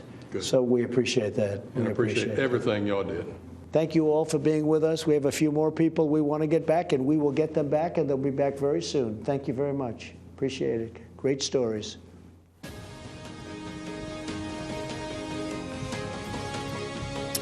Hello, my name is Maximo Alvarez. I live in Miami, Florida, not far from the state of Florida, which is in just a 90-mile wide blue strip on a map for me. It divides freedom from fear. It divides the past from the present, from the future. I know all about the past. I'll never forget my own. My family has fled totalitarianism and communism more than once. First my dad from Spain, then from Cuba. But my families don't run away. By the grace of God, I live the American dream, the greatest blessing I ever had. My dad, who only had a 6th grade education, told me, "Don't lose this place. You'll never be as lucky as me." I'm speaking to you today because my family is done abandoning what we rightfully earned. There's no place to hide. I'm speaking to you today because President Trump may not always be politically correct. He's, in fact, a successful businessman, not your average career politician. Our president is just another family man, a friend, and most important, our elected commander-in-chief who puts America first. Keep in mind, the other guy running for president is mostly concerned about power. Yes, power for them, but not for the benefit of all Americans. I'm speaking to you today because I have seen people like this before. I've seen movements like this before. I've seen ideas like this before. And I am here to tell you, we cannot let them take over our country. I heard the promises of Fidel Castro, and I can never forget all those who grew up around me, who looked like me, who suffered and starved and died because they believed those empty promises. They swallowed the communist poison pill. If you have a chance, go to the Freedom Tower in Miami. Stop and listen. You can still hear the sounds of those broken promises. It is the sound of waves in the ocean carrying families clinging to pieces of wood. Families with children who can't swim, but willing to risk everything to reach this blessed land. It is the sound of tears hitting the paper of an application to become an American citizen. Most heard and liked the promises, but soon after, they experienced the reality. Look at them, listen to them, learn the truth. Those false promises spread the wealth, free education, free health care, defund the police, trust the socialist state more than your family and your community. They don't sound radical to my ears. They sound familiar. When Fidel Castro was asked if he was a communist, he said he was a Roman Catholic. He knew he had to hide the truth. But the country I was born in is gone, totally destroyed. When I watch the news in Seattle, Chicago, Portland, and other cities, when I see the history being rewritten, when I hear the promises, I've heard echoes of the former life I never wanted to hear again. I see shadows I thought I had outrun. My parents only wanted one person to decide my fate, me. Not some party member, not some government official, not some bureaucrat. In America, I would decide my own future. I am so grateful to America, the place where I was able to build my American dream through hard work and determination. President Trump knows that the American story was written by people just like you and I, who love our country and take risks to build a future for our families and neighbors. I may be a Cuban-born, but I am 100% American. This is the greatest country in the world. And I said this before. If I gave away everything that I have today, it would not equal 1% of what I was given when I came to this great country of ours. The gift of freedom. Right now, it is up to us to decide our fate and to choose freedom over oppression. President Trump, he's fighting the forces of anarchy and communism. And I know he will continue to do just that. And what about his opponent and the rest of the D.C. swamp? I have no doubt they will hand the country over to those dangerous forces. You and I will decide. And here's what I've decided. My decision is very easy. I choose President Trump because I choose America. I choose freedom. I still hear my dad.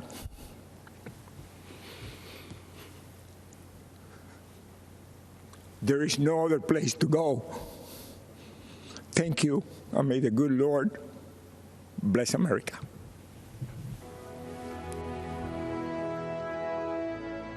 The Democrats are just going more and more left. Many positive about socialism, liking it more than capitalism. Many of the ideas we fought for that were considered radical are now mainstream. The compromise that they came up with, if implemented, will make Biden the most progressive president since FDR. The radical left has taken over the Democratic Party, and Joe Biden is marching in lockstep with them. Biden and the far left are promising to crush middle-class families with trillions in new taxes. If you elect me, your taxes are going to be raised, not cut. Promising amnesty and health care for 11 million illegal immigrants. Citizenship for 11 million undocumented folks. Promising to shut down energy exploration, killing jobs, and hurting America's economy. I guarantee we're going to end fossil fuel. In Joe Biden's America, the radical left get whatever they want, and you get to pay for it. They've already taken over Joe Biden and the Democratic Party. Don't let them take over America.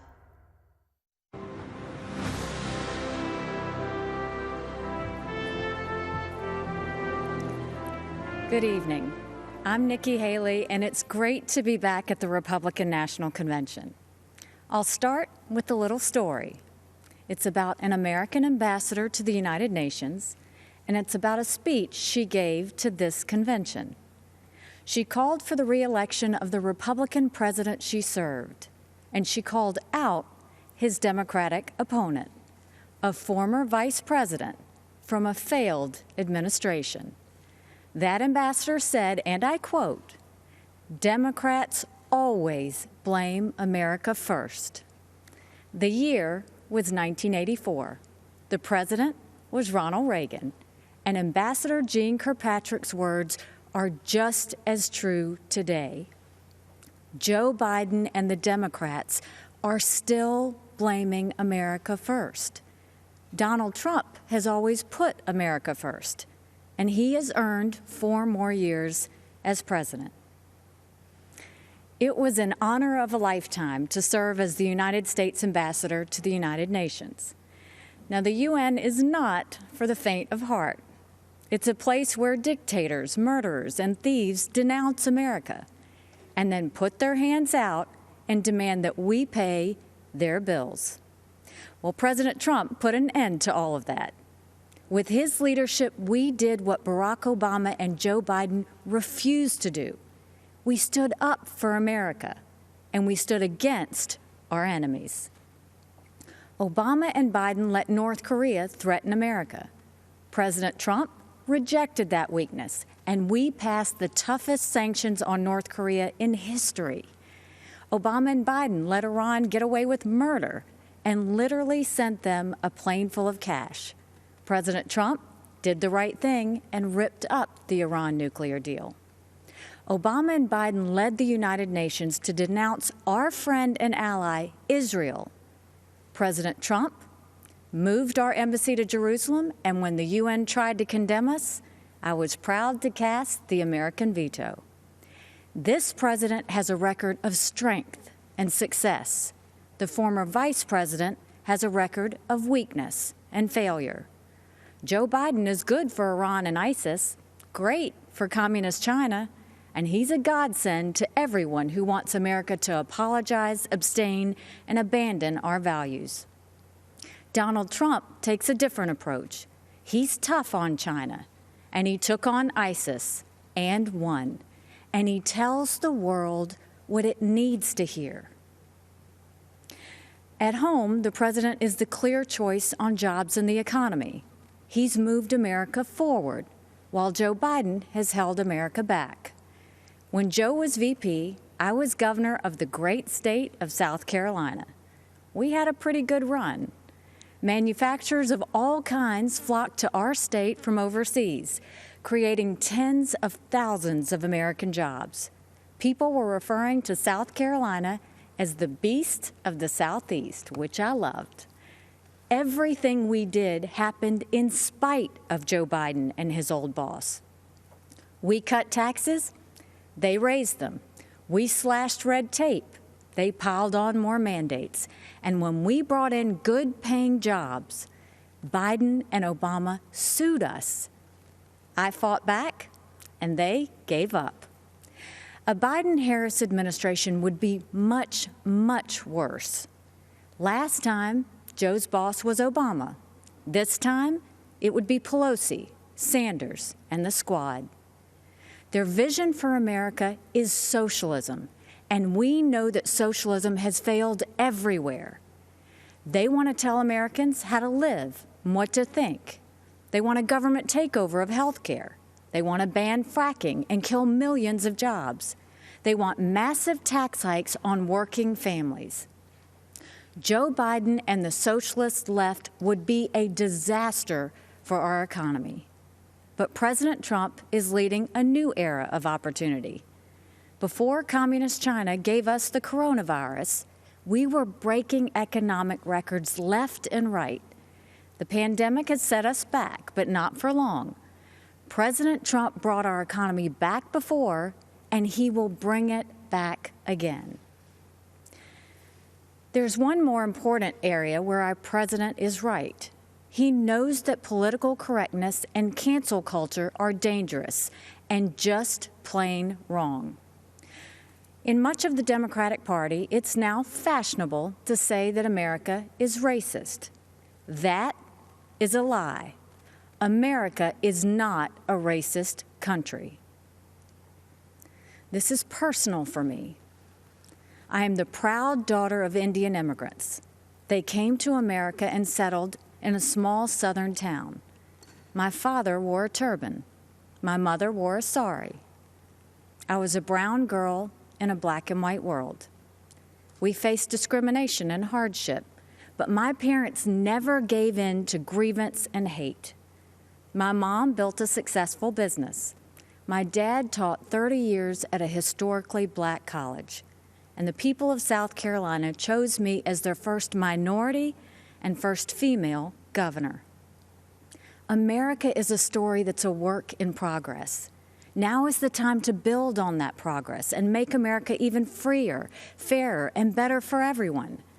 That's why it's so tragic to see so much of the Democratic Party turning a blind eye towards riots and rage. The American people know we can do better.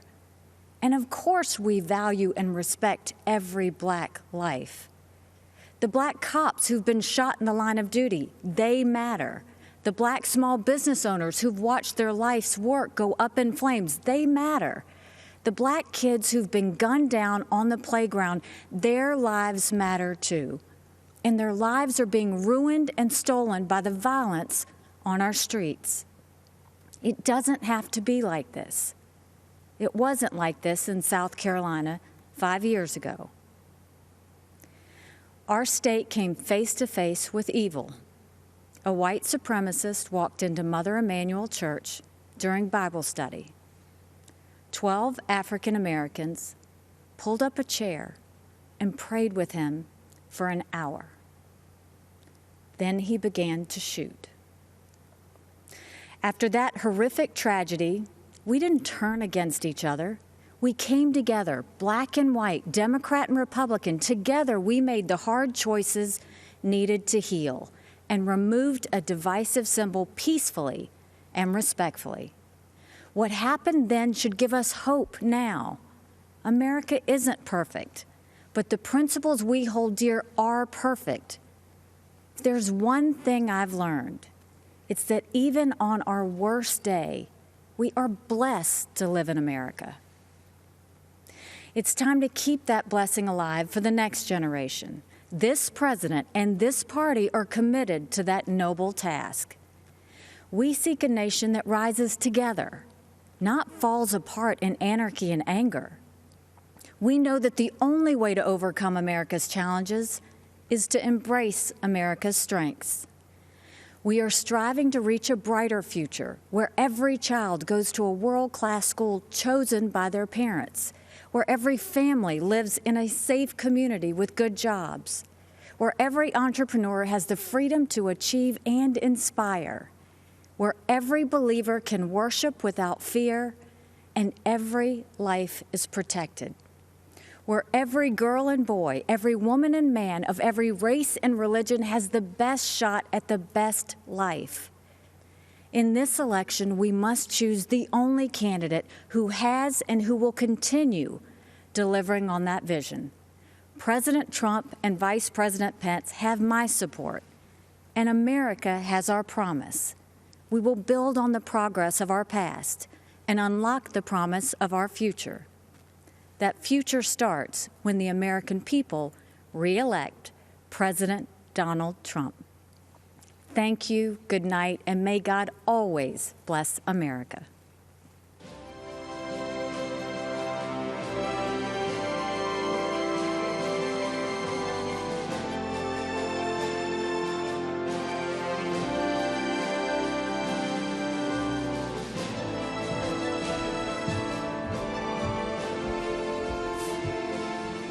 Good evening, America. I'm Donald Trump Jr. We're here tonight to talk about the great American story, to talk about this country we all love, this land of promise and opportunity, of heroes and greatness. Just a few short months ago, we were seeing the American dream become a reality for more of our citizens than ever before. The greatest prolonged economic expansion in American history, the lowest unemployment rate in nearly 50 years. The lowest unemployment rates ever for Black Americans, Hispanic Americans, women, and pretty much every other demographic group. And then, courtesy of the Chinese Communist Party, the virus struck. The president quickly took action and shut down travel from China. Joe Biden and his Democrat allies called my father a racist and a xenophobe for doing it. They put political correctness ahead of the safety and security of the American people. Fortunately, as the virus began to spread, the president acted quickly and ensured ventilators got to hospitals that needed them most. He delivered PPE to our brave frontline workers, and he rallied the mighty American private sector to tackle this new challenge. There's more work to do, but there is a light at the end of the tunnel. Job gains are outpacing what the so-called experts expected. But Biden's radical left-wing policies would stop our economic recovery cold. He's already talking about shutting the country down again. It's madness. Democrats claim to be for workers, but they've spent the entire pandemic trying to sneak a tax break for millionaires in Democrat states into the COVID relief bill. Then they attacked my father for suspending the payroll tax for middle-class workers. In fact, if you think about it, Joe Biden's entire economic platform seems designed to crush the working man and woman. He supported the worst trade deals in the history of the planet. He voted for the NAFTA nightmare. Down the tubes went our auto industry. He pushed for TPP. Goodbye, manufacturing jobs. Beijing Biden is so weak on China that the intelligence community recently assessed that the Chinese Communist Party favors Biden. They know he'll weaken us both economically and on a world stage. Biden also wants to bring in more illegal immigrants to take jobs from American citizens. His open border policies would drive wages down for Americans at a time when low-income workers were getting real wage increases for the first time in modern history. He's pledged to repeal the Trump tax cuts, which were the biggest in our country. After 8 years of Obama and Biden's slow growth, Trump's policies have been like rocket fuel to the economy, and especially to the middle class. Biden has promised to take that money back out of your pocket and keep it in the swamp. That makes sense, though, considering Joe Biden is basically the Loch Ness Monster of the swamp. For the past half century, he's been lurking around in there. He sticks his head up every now and then to run for president. Then he disappears and doesn't do much in between. So if you're looking for hope, look to the man who did what the failed Obama-Biden administration never could do and built the greatest economy our country has ever seen. And President Trump will do it again. We will be stronger than ever because when we put our mind to it, there is no obstacle that America can't surmount. Except there's a difference this time. In the past, both parties believed in the goodness of America. We agreed on where we wanted to go. We just disagreed on how to get there. This time, the other party is attacking the very principles on which our nation was founded. Freedom of thought, freedom of speech, freedom of religion, the rule of law. Thomas Jefferson famously said, "I have sworn upon the altar of God eternal hostility against every form of tyranny over the mind of man." Our founders believed there was nothing more important than protecting our God-given right to think for ourselves. Now, the left, they're trying to cancel all of those founders. They don't seem to understand this important principle. In order to improve in the future, we must learn from our past, not erase it. So we're not going to tear down monuments and forget the people who built our great nation. Instead, we will learn from our past so we don't repeat any mistakes. And we will work tirelessly to improve the lives of all Americans. Joe Biden and the radical left are now coming for our freedom of speech. They want to bully us into submission. If they get their way, it will no longer be the silent majority. It will be the silenced majority.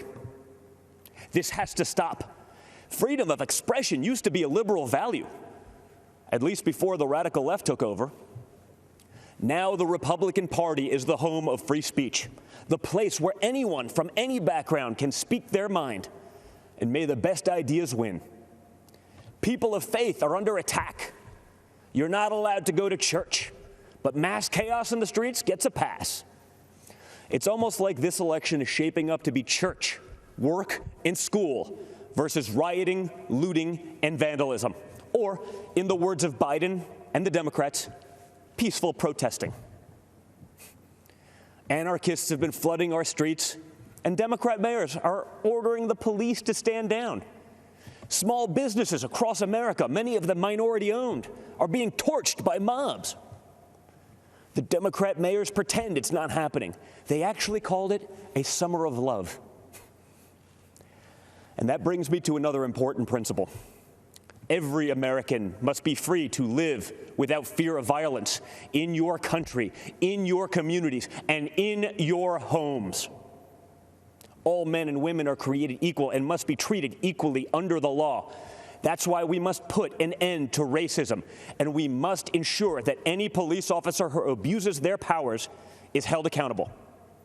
What happened to George Floyd is a disgrace, and if you know a police officer, you know they agree with that too. But we cannot lose sight of the fact that our police are American heroes. They deserve our deepest appreciation. Because no matter what the Democrats say, you and I both know when we dial 911, we don't want it going to voicemail. So defunding the police is not an option. Everything starts with safety and security. You can't have anything else without it. You can't focus on building a better future for your children without the peace of mind that they can study safely in their classrooms, play safely in their neighborhoods, and sleep safely in their beds. But safety is only the beginning. Trump's America is a land of opportunity, a place of promise. I was fortunate enough to grow up in a family that could afford the best schools and the finest universities. But a great education cannot be the exclusive right of the rich and powerful. It must be accessible to all. And that's why my dad is pro-school choice. That's why he's called education access the civil rights issue, not just of our time, but of all time. It is unacceptable that too many African American and Hispanic American children are stuck in bad schools just because of their zip code. Donald Trump will not stand for it. If Democrats really wanted to help minorities and underserved communities, instead of bowing to big money union bosses, they'd let parents choose what school is best for their kids. They'd limit immigration to protect American workers. They'd support the police who protect our neighborhoods. They'd learn how to negotiate trade deals that prioritize America's interests for a change. They'd end the endless wars and quit sending our young people to solve problems in foreign lands. They'd cut taxes for families and workers. They'd create opportunity zones that drive investment into inner cities. In other words, if Democrats cared for the forgotten men and women of our country, they'd do exactly what President Trump is doing. America is the greatest country on earth, but my father's entire worldview revolves around the idea that we can always do even better. Imagine the life you want to have, one with a great job, a beautiful home, a perfect family. You can have it. Imagine the country you want to live in, one with true equal opportunity, where hard work pays off and justice is served with compassion and without partiality. You can have it. Imagine a world where the evils of communism and radical Islamic terrorism are not given a chance to spread, where heroes are celebrated and the good guys win. You can have it. That is the life. That is the country. That is the world that Donald Trump and the Republican Party are after. And yes, you can have it. Because unlike Joe Biden and the radical left Democrats, our party is open to everyone. It starts by rejecting radicals who want to drag us into the dark and embracing the man who represents a bright and beautiful future for all. It starts by re-electing Donald J. Trump, President of the United States. Thank you, and God bless America.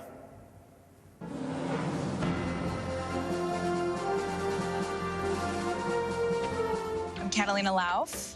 I work in the political space. And I'm Madeline Lauf, and I'm the founder of Begin Health, a children's nutritional company.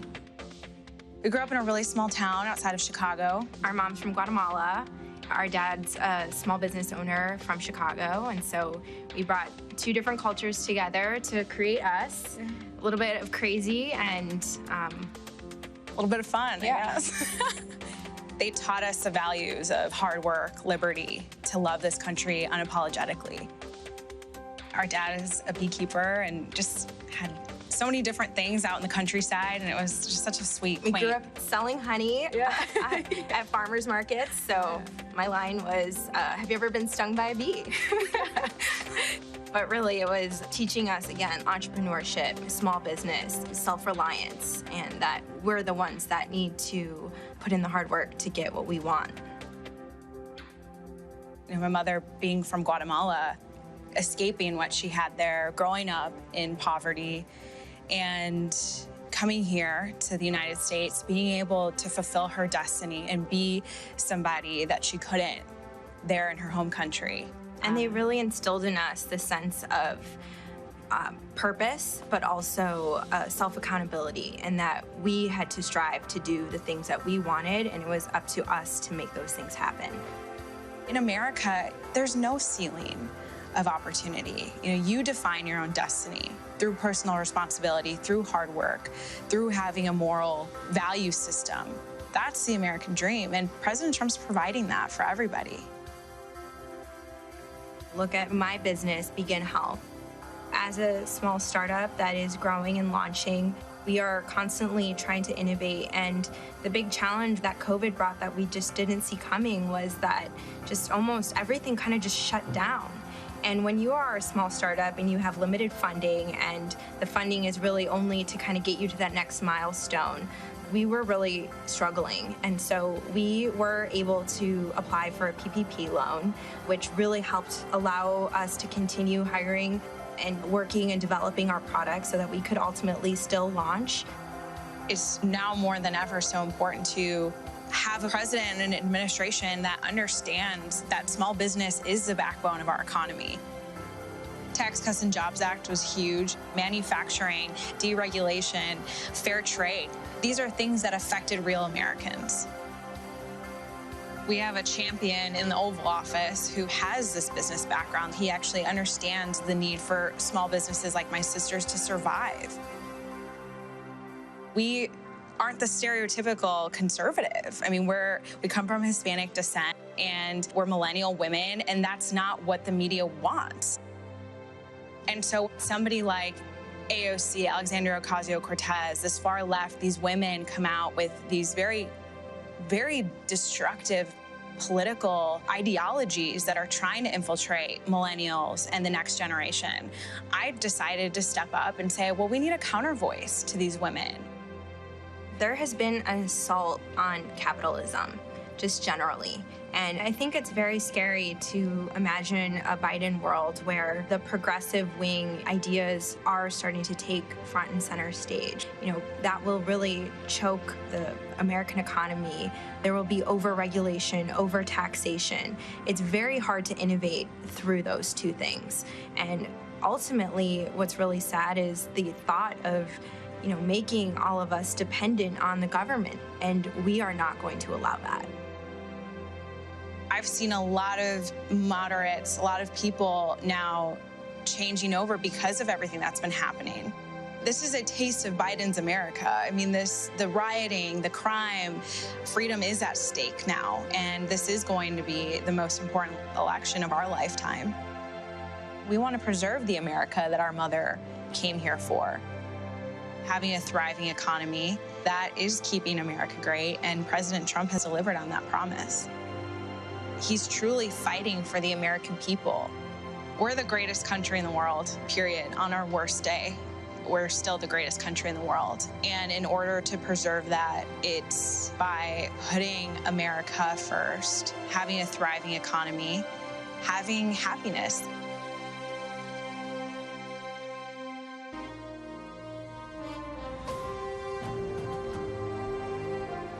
Good evening.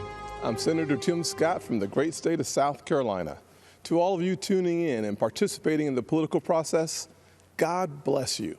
This isn't how I picture tonight, but our country is experiencing something none of us envisioned. From a global pandemic to the deaths of George Floyd and Breonna Taylor, 2020 has tested our nation in ways we haven't seen for decades. But regardless of the challenges presented to us, every 4 years, Americans come together to vote, to share stories of what makes our nation strong and the lessons we have learned that can strengthen it for further generations. Because while this election is between Donald Trump and Joe Biden, it is not solely about Donald Trump and Joe Biden. It's about the promise of America. It's about you and me, our challenges and heartbreaks, hopes and dreams. It's about how we respond when tackling critical issues like police reform, when Democrats called our work a token effort and walked out of the room during negotiations because they wanted the issue more than they wanted a solution. Do we want a society that breeds success or a culture that cancels everything it even slightly disagrees with? I know where I stand. Because you see, I am living my mother's American dream. My parents divorced when I was 7 years old, and we moved in with my grandparents into a 2-bedroom home with me, my mom, and my brother sharing a room and one bed. My mom worked 16 hours a day to keep food on the table and a roof over our heads. She knew that if we could find the opportunity, bigger things would come. I thought I had to use football to succeed in life, and my focus on academics faded away. My freshman year, I failed out. I failed 4 subjects: Spanish, English, world geography, and even civics. Trust me, though, after 7 years in the Senate, I know I'm not the only one in Congress who failed civics.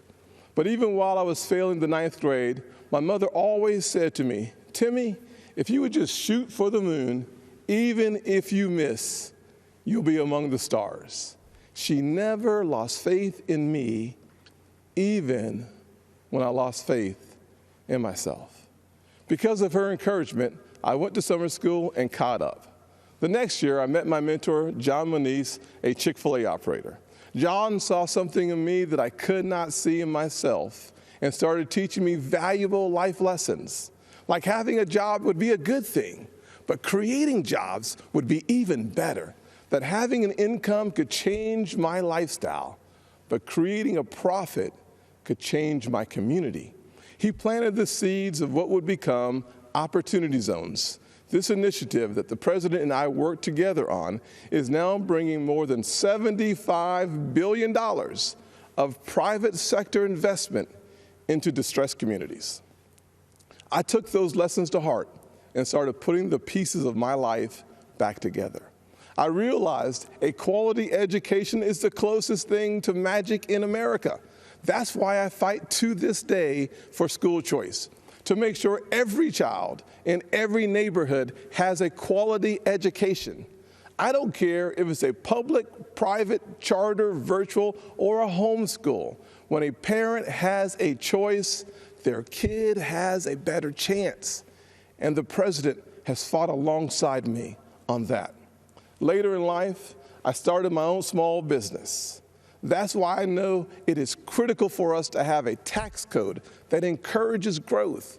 We actually saw revenues to the Treasury increase after we lowered taxes in 2017. Rest assured, the Democrats do not want you to know that. After starting my small business and spending some time in local government, I decided to run for Congress in 2010. The district is based in Charleston, South Carolina, where the Civil War started, against a son of our legendary Senator, Strom Thurmond. You may be asking yourself, how does a poor black kid from a single-parent household run and win in a race crowded with Republicans against a Thurmond? Because of the evolution of the Southern heart. In an overwhelmingly white district, the voters judged me not on the color of my skin, but on the content of my character. We live in a world that only wants you to believe in the bad news, racially, economically, and culturally polarizing news. The truth is, our nation's arc always bends back towards fairness. We are not fully where we want to be, but I thank God Almighty, we are not where we used to be. We are always striving to be better. When we stumble, and we will, we pick ourselves back up and try again. We don't give in to cancel culture or the radical and factually baseless belief that things are worse today than in the 1860s or the 1960s. We have work to do, but I believe in the goodness of America, the promise that all men and all women are created equal. And if you're watching tonight, I'm betting you do too. Over the past 4 years, we have made tremendous progress towards that promise. President Trump built the most inclusive economy ever. 7 million jobs created pre-COVID-19, and 2/3 of them went to women, African Americans, and Hispanics. The first new major effort to tackle poverty in a generation, opportunity zones. We put hard-earned tax dollars back in people's pockets by cutting their taxes, especially for single-parent households like the one I grew up in, cutting single mothers' taxes 70% on average. President Trump supported these tax cuts for those single moms and other working families and signed these policies into law, and our nation is better off for it. So, I'm going to ask you, the American people, not to simply look at what the candidates say, but to look back at what they've done. This election is about your future, and it is critical to paint a full picture of the records of Donald Trump and Joe Biden. Joe Biden said if a black man didn't vote for him, he wasn't truly black. Joe Biden said black people are a monolithic community. It was Joe Biden who said poor kids can be just as smart as white kids. And while his words are one thing, his actions take it to a whole new level. In 1994, Biden led the charge on a crime bill that put millions of black Americans behind bars. President Trump's criminal justice reform law fixed many of the disparities Biden created and made our system more fair and just for all Americans. Joe Biden also failed our nation's historically black colleges and universities, heaping blame on them as they fought to ensure our young folks had access to higher education. Once again, to clean up Joe Biden's mess, President Trump signed into law historically high funding for HBCUs, as well as a bill to give them permanent funding for the first time ever. And now Joe Biden wants to come for your pocketbooks. Unless, of course, you're a blue state millionaire. I'm serious. That's one of their solutions for the pandemic. They want to take more money from your pocket and give it to Manhattan elites and Hollywood moguls so they get a tax break. Republicans, however, passed President Trump's once-in-a-generation tax reform bill that lowered taxes for single moms, working families, and those in need. So when it comes to what Joe Biden says he'll do, look at his actions. Look at his policies. Look at what he already did and what he didn't do while he's been in Washington for 47 years. Ladies and gentlemen, people don't always see those failures because they think we're having a policy debate on two sides of an issue. That is not what is happening. Our side is working on policy, while Joe Biden's radical Democrats are trying to permanently transform what it means to be an American. Make no mistake, Joe Biden and Kamala Harris want a cultural revolution, a fundamentally different America. If we let them, they will turn our country into a socialist utopia. And history has taught us that path only leads to pain and misery, especially for hardworking people hoping to rise. Instead, we must focus on the promise of the American journey. I know that journey well. My grandfather's 99th birthday would have been tomorrow. Growing up, he had to cross the street if a white person was coming. He suffered the indignity of being forced out of school as a third grader to pick cotton, and he never learned to read or write. Yet, he lived long enough to see his grandson become the first African American to be elected to both the United States House and the United States Senate in the history of this country. Our family went from cotton to Congress in one lifetime. And that's why I believe the next American century can be better than the last. There are millions of families just like mine all across this nation, full of potential, seeking to live the American dream. And I'm here tonight to tell you that supporting the Republican ticket gives you the best chance of making that dream a reality. God bless you. And Father, please continue blessing the United States of America. God bless.